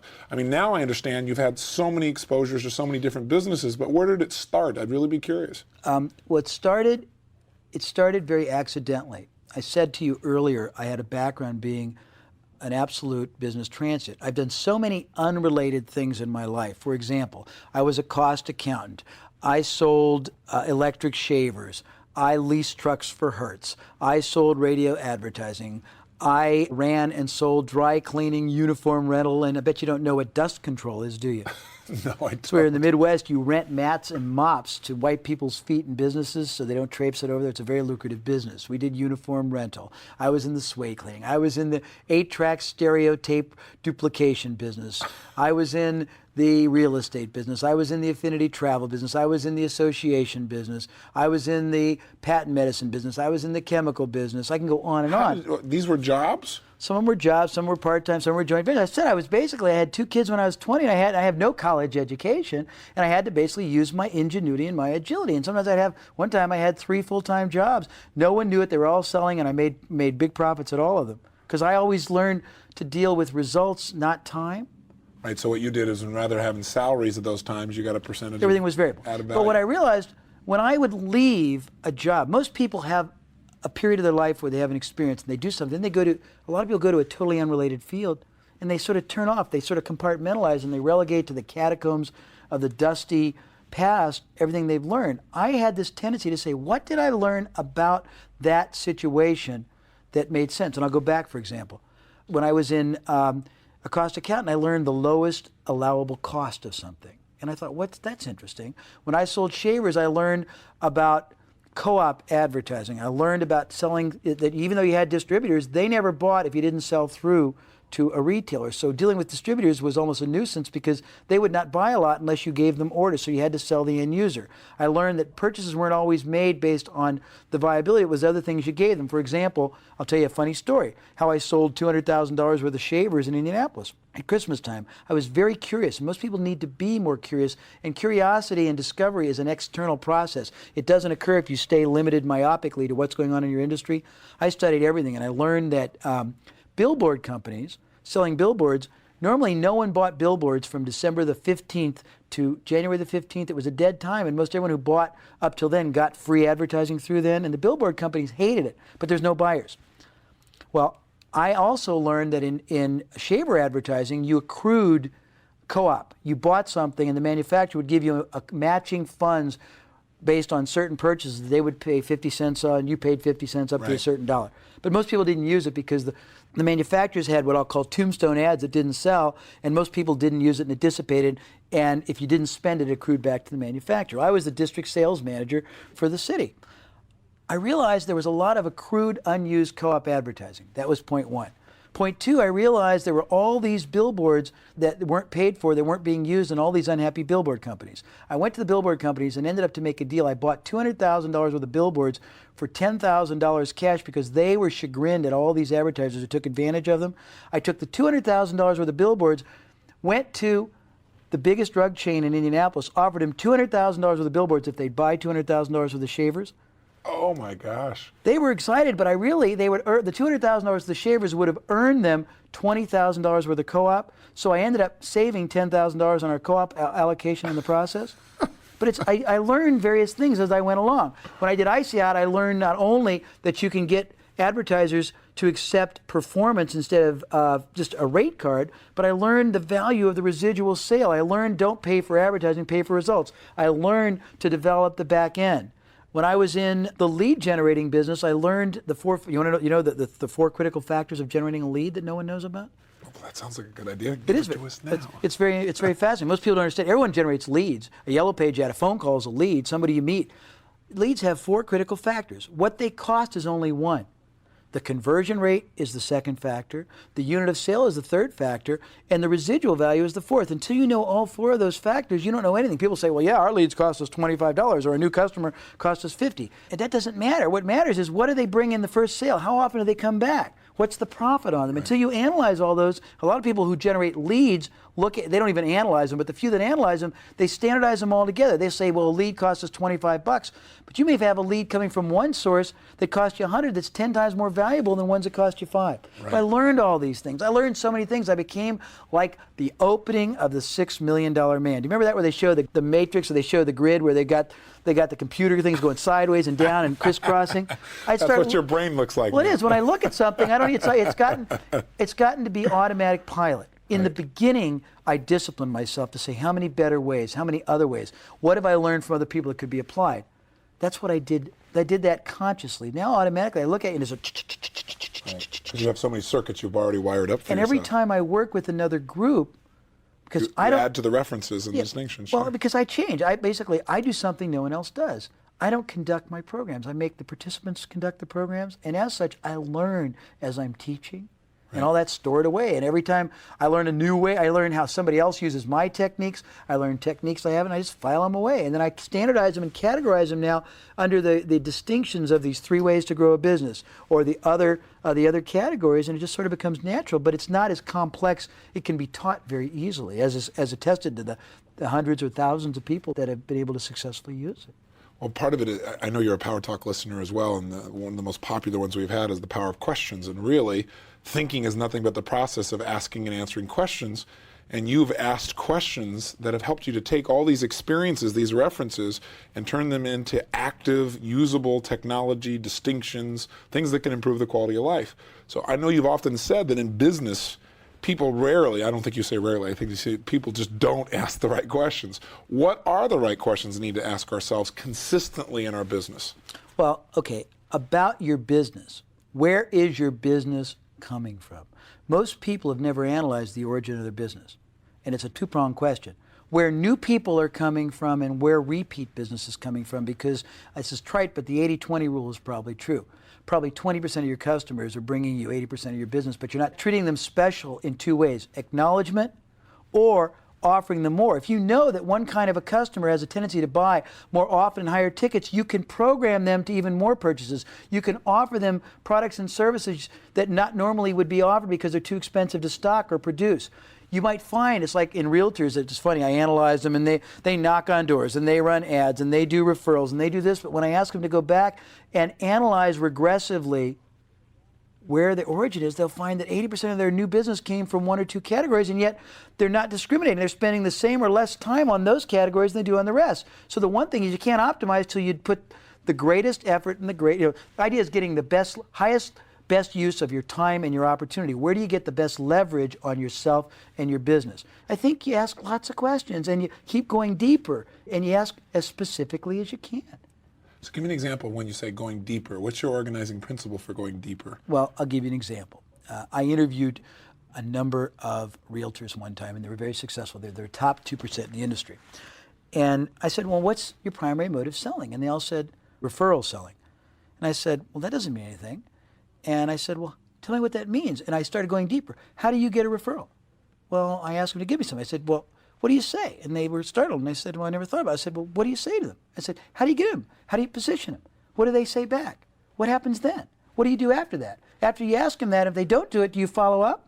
If they do what do you do? If they do it, do you go back for more? I just kept going deeper and deeper and deeper. And the trick is to be very specific and challenge yourself to specificity. Go deeper and deeper and deeper. Coming back to if you gave me 3 questions that every business person needs to ask consistently, you start out with the first one, which is where is the origin of my business? Where's it really coming from? Yep. What are the other 2? Well, there's a couple questions. All right. Where is it coming from? Where could it come from? It's a similar question. Most people have no idea where their highest and best source of new business is. I mean that in a geographic, I mean it in identificational, I mean it in an approach. Number 2 is who stands to benefit more than you by your being more successful?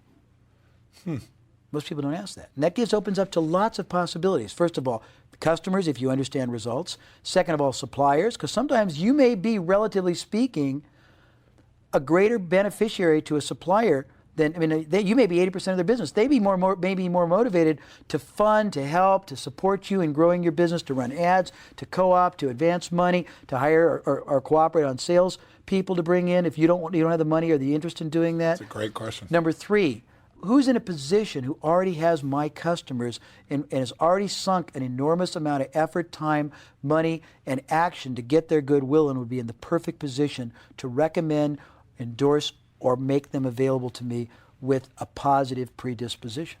I can give you lots more questions, but those are 3 good ones. Give me 2 more. You're going to have a major role here. Okay. What other ways can I benefit from the goodwill I have with my customers in an ethical and beneficial manner to them? And 1 more. Okay. What ways can I better reduce the risk of the transaction, thereby getting more people lowered in their resistance barrier to take advantage of my product or service the first time? That leads me to a very important concept. Let's talk about risk reversal. How important is that? What is it? And how can virtually any business use it to see an improvement in their ability to bring customers to the table initially and then continue to play in the future? Okay. Well, first of all, how important is it? Well, do you want to stay in business, and do you want to be competitively superior, and do you want to be obscenely wealthy and successful? So first of all, that's set up. Okay. Understand this. In any business, well, any life encounter, but any business encounter, one side of the transaction is always being asked to assume all or more of the risk than the other. It may be done explicitly, it may be done implicitly, it may not even be consciously being done. But in every transaction that ever occurs in business and probably in life, one side is always being asked to take more of a risk than the other. To the extent you can recognize and acknowledge that fact, and you can eliminate and reduce or even make better than risk-free the transaction on the part of the prospective customer you're trying to induce to sample or avail themselves of your wares, you own the business. Let me give you an example because it's from the 19th century and it's a wonderful little story. A man wanted to buy a horse for his daughter. There were 2 horses for sale. One man said to him, buy the horse, take it home. If you don't like it, bring it back and I'll give you back the money. The other man, who understood risk reversal, said, my horse is kind, gentle, good, but I would say that it's my horse. Why don't we do this? Let me bring the horse to you. Let your daughter ride the horse for 30 days. I will even bring you the oats for the horse. I will come and send my son to clean up the debris the horse drops for the 30 days.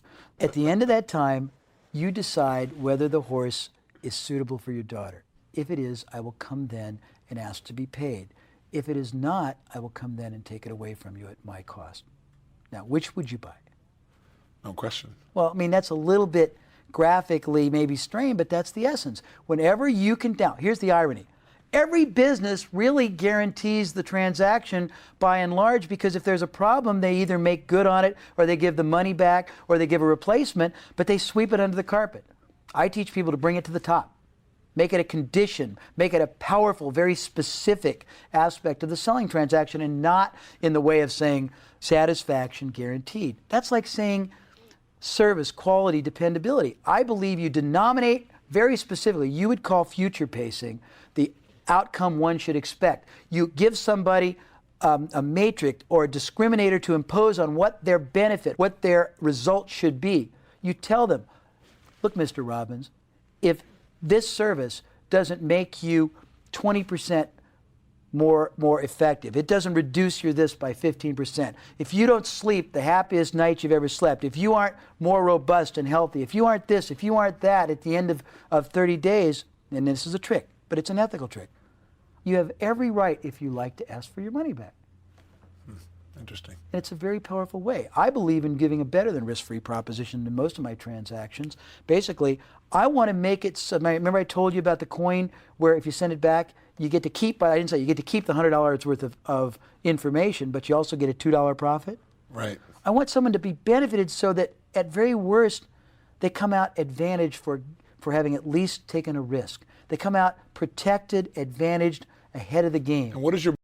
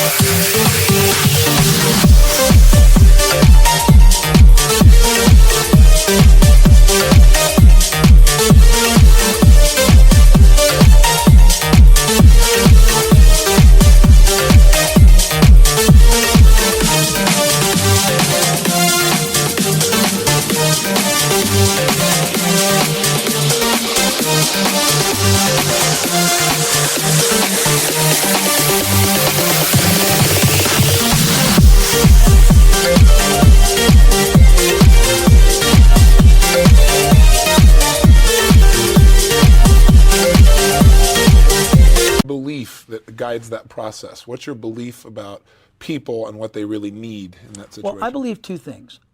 That there's two kinds of people in business. Well, there's three. The people who actually render an incredible service and know it but don't tell it.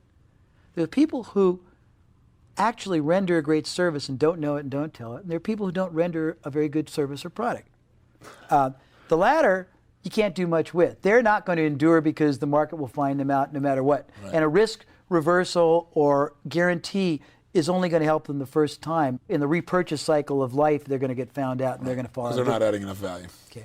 But the vast majority of people either do or can easily render such a superior service, or it can get their market to see them more distinctively or preemptively advantageous.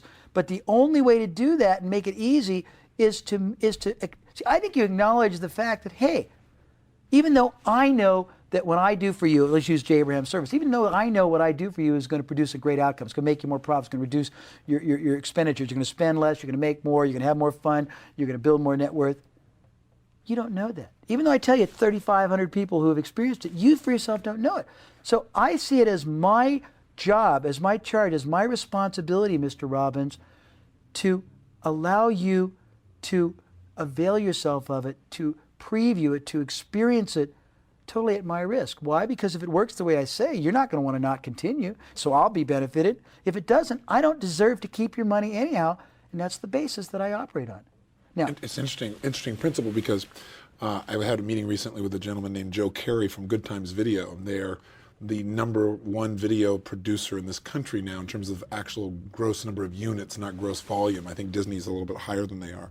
They sat down with Walmart and said, we want to put you in the video business. And they said, here, Walmart, here's what we'll do. We'll come in and do a great job for you. We'll sell you a video for $10 and you can sell it for $15. And Walmart came back and said, no, you don't understand our business. You'll sell it to us for $5 and we'll sell it for $10. You'll send it to us and you will not charge us. We will not give you a penny until we sell it. It'll basically be on consignment. You will pay for the space in which you place it. Not only that, but you will guarantee us a certain number of sales in that area by contract. And if we don't sell a product, you will pay not only for the shipping to get here, but you'll pay for us to ship it back to you.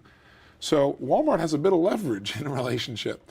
Now, when they first saw But they this, also know that they're going to sell a lot of units for people. because there are whatever the number of people it is that go through a Walmart store. It's an insane number. And actually, I think he told me it was 60 million in a period of time. But anyway, the point of the matter is, he came away and said, that's insane. We can't do that. There's no way to do that. This is, we can't be profitable. It can't happen.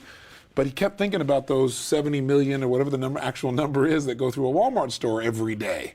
And he said, I could have trash in the front seat there and we're going to sell it if you've got 70 million people walking by it. So he began to think about this and he came back, and again, I don't remember the accurate number, but he represented to me that they went ahead and said, we're going to meet you on all these different levels, and we're going to do more than that. We're going to put a space, since we're paying for the space, we want to design it because this is our expertise. We want to be able to come straight here and put it, not go through one of your buyers, but design how people are going to see these videotapes, when they're going to be there. We want to restock them directly. Anyway, the long and the short of it is, it cost them something like $10 or $12 million the first year, and they made no money. The second year, I think it cost them $7 or $8 million. This last year, which I think is their 6th or 7th year in relationship there, they made $500 million in business with a 25% net. And Walmart, not only have they served Walmart so well, and they have the information technology, the POS technology, to know the minute a videotape is sold. They know what videotape it was, what store, the minute it occurs, so they can keep track of what's most popular and replace it immediately. But they serve Walmart so well that Walmart has given them all their CD-ROM business for the future. And Microsoft said they wouldn't. They wrote a letter to, I had a chance to sit down with Bob Walton, who's the son who's taken over Walmart. And they sent him a letter saying, we're not going to work through this Good Times Video with our CD-ROM business. And they sent a letter back saying, well, you think we're crazy, but a lot of people thought Sam Walton was crazy also. These people know how to serve us, and if you want to do business with us in all of our stores, you have to go through them. So they have wrapped up that business by serving their customer, by doing, in essence, they were told what the risk reversal had to be. but they took it on, and they were willing to take what seemed like a loss in the short term because of the same principle you talked about. The back end for them people is don't realize hundreds of millions of dollars. Ask yourself this question. I'm going to get back because it's great. It ties everything together. You have choices of buying a product or service from 5 vendors. 4 of them basically don't even mention guarantee or are very nebulous. One of them not only mentions it, but insists that be a condition of doing business, insists you put them through the paces, insists that the only way they sell to you, helps you determine what your expectation minimally should be for you to be satisfied and get value. Which are you going to buy from? Now, people say, that's terrifying, I'm going to lose all my business if I do that. Well, because you can test anything small, and we'll talk about this in a minute, okay, and you can find out the answer and the risk or the opportunity on anything. It's very easy to test a risk reversal and never be compromised. You try it 2 or 3 or 4 times. You see how it increases. Remember you talked about baseline and variance, how it increases your baseline figures, your sales, your closures. Then you wait until the duration of time for the guarantee to expire and see what your incidence of refunds are or requests. But more importantly, the easiest way to do it is ask yourself this question. Does your product perform at the level you would promise? Most of them do. If it does, most people, when given a clear, more finite picture of what to expect on a denominated performance,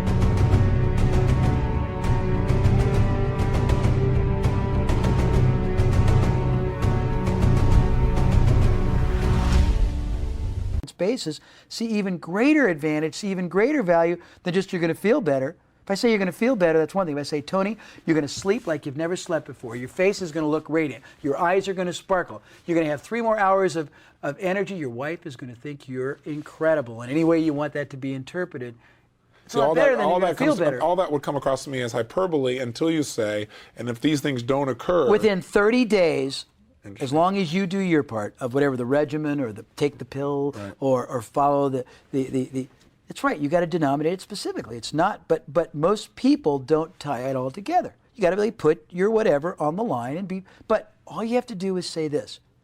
What's my incidence of problems or refunds right this moment? And look and see what it is.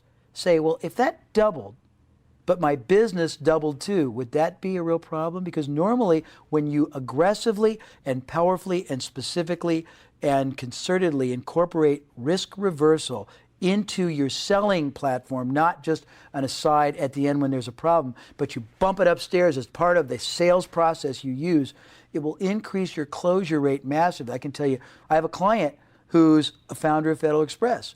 He used risk reversal and he increased his business quadrupled the first time he used it. I have another person who's the founder of the 33rd largest accounting firm in the country. He tried it to get clients and it doubled his closure. And the incidence of refund or unraveling was nil, but it presupposes you don't do it if you don't perform a great service. You don't denominate an expectation if you don't deliver it. The other thing I think that happens too is when you make a demand upon yourself and the customer doesn't have to do it, they actually tend to probably soften on you more than get harder on you because they see that you're truly committed. They see the integrity in which you're operating within the business. Right. This brings up another issue, which is really, we've talked about earlier, the importance of creating a unique identity in the marketplace. So that when someone thinks of that particular product or service or that industry, they think of you ideally. How do you begin to do that in your mind? If you put a client here and they say, we're one of many, and you can pick any industry you want or example you want, but we're right now one of many, how do we develop or create a unique identity rapidly in the marketplace? What would you tell them would be the steps to take? Well, First of all, I call that either unique selling proposition or unique selling advantage or unique selling distinction. And it's basically what people see as the benefit or the advantage you bring them more superior, more beneficially, more advantageously to their self-serving needs than anyone else. Depends on who you are. It's not a standard because it differs for different situations, but it's a question of giving them what somebody else doesn't. And it can be a lot of things. Let's say you sell something hard versus something soft. Something hard is tangible, something soft is services. Okay, if you sell something hard, you might throw something soft in with it, free or very inexpensively to do it. You might double or triple the protection. You might do things that other people don't do. They'll appreciate you and the performance of your product at a much higher level. No question. And their loyalty will be enhanced so, I mean, just it's amazing. Tell me, as we wrap up here, let's get back to innovation for a second. You said you had a matrix for how to innovate, which is one of the primary ways to add value, create a unique identity. What is that matrix that you've come up with? Well, it's a process of starting to look at and capture and document and extrapolate that which other people are using. And the easiest way to start is look at your own life. In your personal or your business life, what products or services have you purchased? And start not being abstract. Start Meaning going, consistently you've purchased it doesn't them? matter. It doesn't matter if it's consistently or one time. Just something that compelled you to buy it. Then having a matrix where you start asking yourself, why did I buy it, first of all? Okay. So the next question is, what about that desire motivated me? Was it performance? Was it start getting deeper and deeper? What was the outcome or the result I was expecting? Number 2, how did they convey that to me? Number 3, what selling, what closure, what risk reversal, what illustrative methods did they use to induce me? And start asking yourself questions like that. That's one part of the matrix. The next part is every day of every week of every month of the rest of your life, make it a point to visit, call upon, stop, inquire from everybody you meet or know in business, at least 2 or 3 people a day, and ask them a couple of questions. Number 1, how do you sell your product or service? More specifically, what's the most effective way your company has found to do it? What do you find to be the elements that make your sell the easiest to express? What is the selling philosophy you use? What is the basis you close your sales? What has impacted your selling strategy most? Then just asking lots of questions, and then asking yourself as you're getting this and documenting it, what about that can I directly apply? Exactly. That's how can I utilize this? Right. What about it, if I can't directly apply it, what about it could I indirectly apply? If I can't directly or indirectly apply about it, what could I? Who could? That's right. Who could? And then ask yourself that. Then the final thing is take everybody in your field that is not a direct competitor. That means if you're a regional company, then make a list of everybody nationally who's not competing with you and call one of them every day and say, my name is Jay Abraham. We are not competitors. I will never be selling in Los Angeles. I'm in Chicago. If you're planning on selling in Chicago, please don't take my call. If you're not, I thought it'd be wise if we started a relationship where I shared with you what I've learned and what I do and compare it to you and ask you, what's the most successful selling technique you've done? What's the most effective relationship you've done? How do you guys do this? What is the most productive? And why should you recreate the wheel? Borrow from other people who've already done it. Next is then go to people who are in generically similar service businesses who do things not dissimilar. Then go outside and look at how other people and just pick people's minds. Asking questions, curiosity, and investigating. Well, no, but discovery in my mind, discovery is the fuel of competitive advantage. And you can't discover internally. You got to go outside because everyone in your business does things pretty much the same way. You don't want to know what your industry is doing, plus or minus 10%. You're already doing it. That's not where you talk about strategy. You had a comment, a parenthetical comment to me, which was accurate about if I don't change my strategy, I'm not going to get a different result. Well, it applies to these people too. No one in your industry is going to give you what you want. Everybody outside your industry is going to give you what you want because they've already stumbled accidentally upon all kinds of ways you can improve your business, all kinds of ways you can be more successful. They just don't know you want to know it. Ask them. They have nothing to lose by telling you, and they'll be so appreciative. Sometimes, if it's really important, I'll call somebody and offer them $100 for their time. None of them take it, but they're so flattered that somebody values them, they'll talk to you for 2 or 3 hours if you pick their mind. It's real easy. People make it so much harder than it has to be. That's a core belief system that you have that seems to guide everything. Discovery is the fuel of competitive advantage. I like that. That's wonderful. Tell me, if a person is looking for a business right now, let's say, for example, they work for someone else and they really want to start their own business, or they want to get in business, then how would you guide them to evaluate the type of business they would want to be in and the type of business they would not want to be in? Well, and I think earlier you said to me that you have some tools for how would you guarantee most businesses fail. Yep. How would you guarantee that a business would succeed? First of all, is look to see what businesses have customers that they're not maximizing, that you could basically create a business which would be a joint venture relationship with them, where you could take fullest advantage of the enormous investment they have already made, the enormous goodwill they have already established, the enormous money they are continually spending on facilities, on equipment, on personnel, on advertising, to sell or offer other logical extended products or services under the confines of the company. There's lots of examples, but basically you find products or services.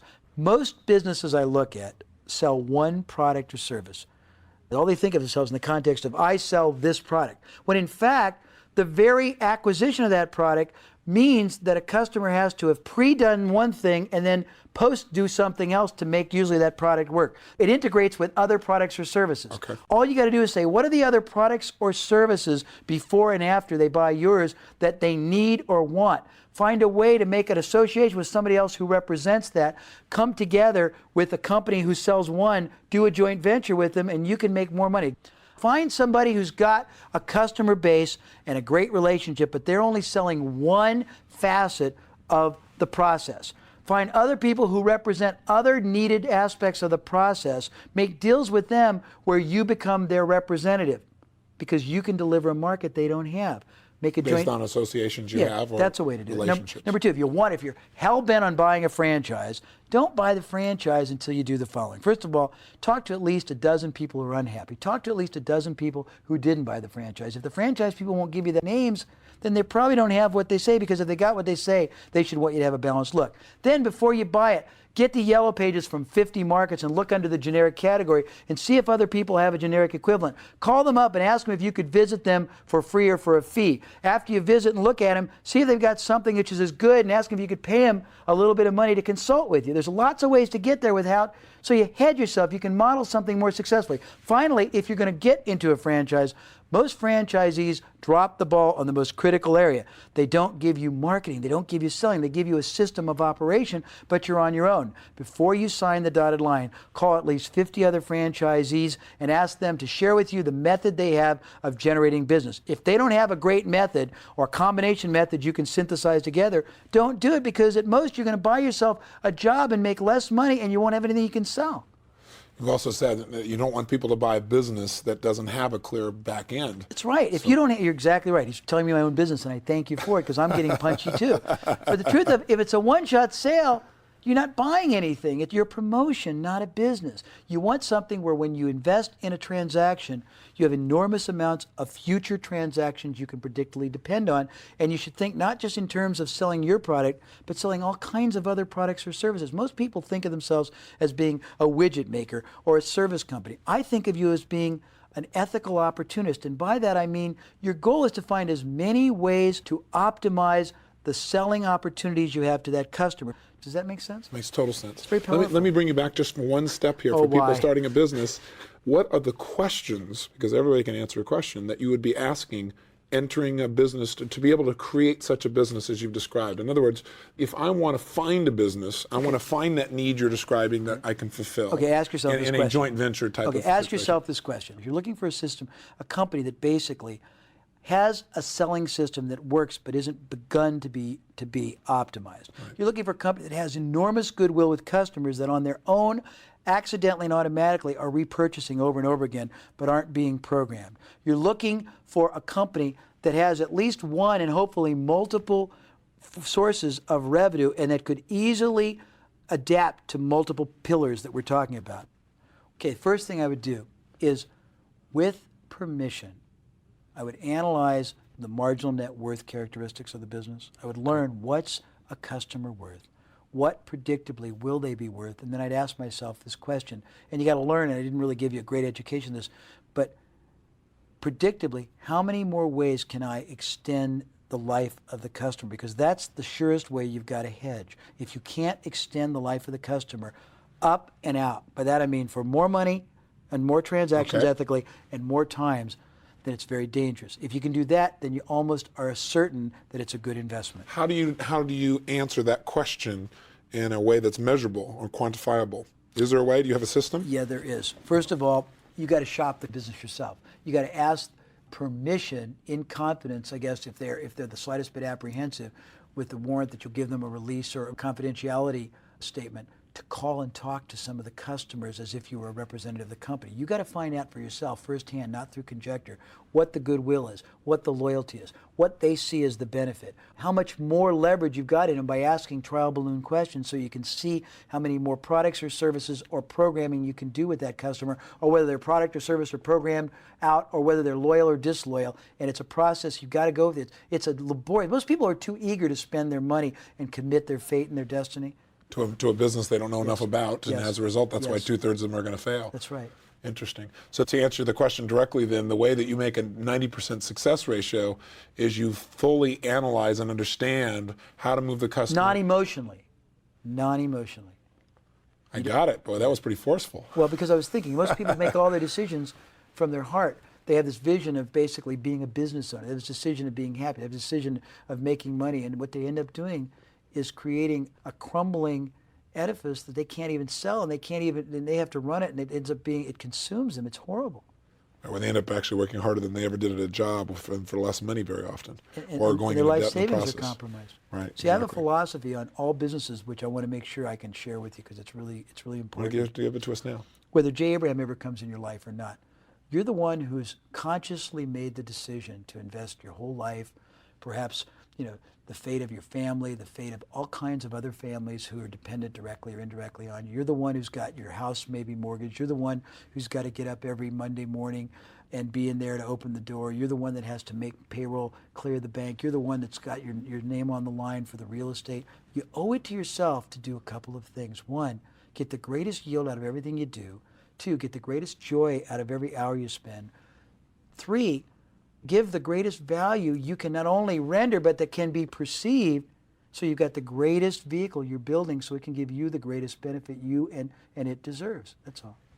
It makes owning a business sound, by contrast, not like something I would want to run out and do, even though I'm currently involved in it. What is the victory? What is the joy? What is the reward that owning your own business gives you? And why, and this seems like an inane question after all this discussion, but I'd like to hear you articulate it, why master marketing? Well, first of all, whatever business you're in, you got to realize two things. You're not selling a business, you're selling a result, you're selling a benefit. Whether you like it or not, you're a sales and marketing company first and foremost. You are currently selling and marketing, whether you do it passively, whether you do it reactively, whether you don't do it. That's what your marketing form, that your current preferred way of marketing may be no marketing, but you are a marketing company. So you got to realize the greatest leverage you've got left in business is the following.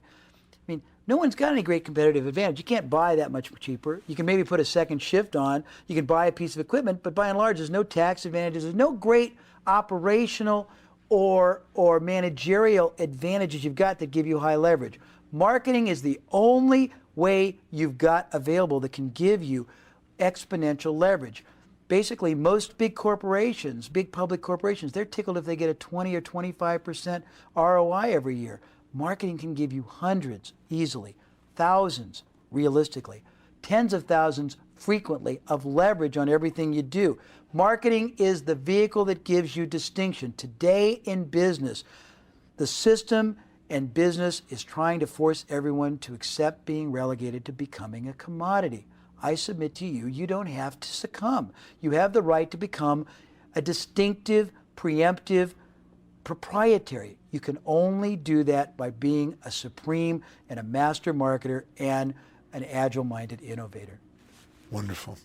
Well, tell me something. Why do you do what you do? I tend to end these interviews by asking people how they want to be remembered.